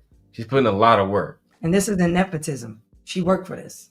She's putting more work than her father has. Yeah, this isn't nepotism. Yeah. Like politics. Yeah. That's a fact. Yeah, this is not nepotism. And they got the church on lock. Yeah. She earned her seat by meritocracy. I like how this went today, man. Good job, Sex. Good job. Good job. Okay, well, come on, because I need you to find my stuff, my before I can go lay down. And I gotta put our baby high chair together. Yeah. Come on, we got stuff we gotta do. Black Dahlia, what's your thoughts, my mom, before we get out of here? I'm just hoping that the mayor gets the support that she needs in order to be successful, because the city of Detroit really needs it, and people are gonna be looking at her like with a microscope because she is the first woman. Yeah. Yeah. And Not only the first woman because she's black. Exactly. And she's a black woman. Absolutely. Yes. So that's what I'm saying. I hope that she really gets the support that she needs in order to get the stuff done that she really wants to, because the city needs it. So I'm happy for her, and I hope that she's successful. Do you think, babe, that Anton's going to cover this, considering he's in Detroit? If she's doing poorly, yes. Damn. If she's doing poorly, that's what I was thinking when I was saying I hope she gets the support that she needs. He never wants to highlight black women in any capacity unless he has something to do with it. Right. Unless he putting them in a position to win. Exactly. That's what I'm saying. So, all right. With that being said, me and my wife getting out of here. I appreciate y'all watching us. We back on YouTube. We getting popping on here. Collectively, we got 46 people watching. I think that's a good thing. Hey, y'all. I wish we could have more feedback in the comments, but we'll work on that. Yeah. We got to be consistent. When we get to 1,000 people, hopefully at least 100 of y'all say something. You know what I'm saying? With that being said, listen, I love y'all. Thank y'all for watching. Shout out to Mayor Sheffield. We love you. Big Sean and Jhene Aiko. Very sad to hear, but it is what it is. You know, the signs were clearly there. And KaiCenet and the situation with Gigi, very messy. I think KaiCenet should stay out of it or correct the situation by showing her mom some love or something and give her bro, you make $12 million in a month. Pay her to be quiet. Yeah, give her $500,000. Exactly. It's like you can buy yourself, like, do something. Like, come on. I'm saying, I don't know. Sitting around doing nothing is not a solution either. So you gotta do something. But that's my thoughts. That being said, we are out of here, y'all. Good night, y'all. Hi, Black D.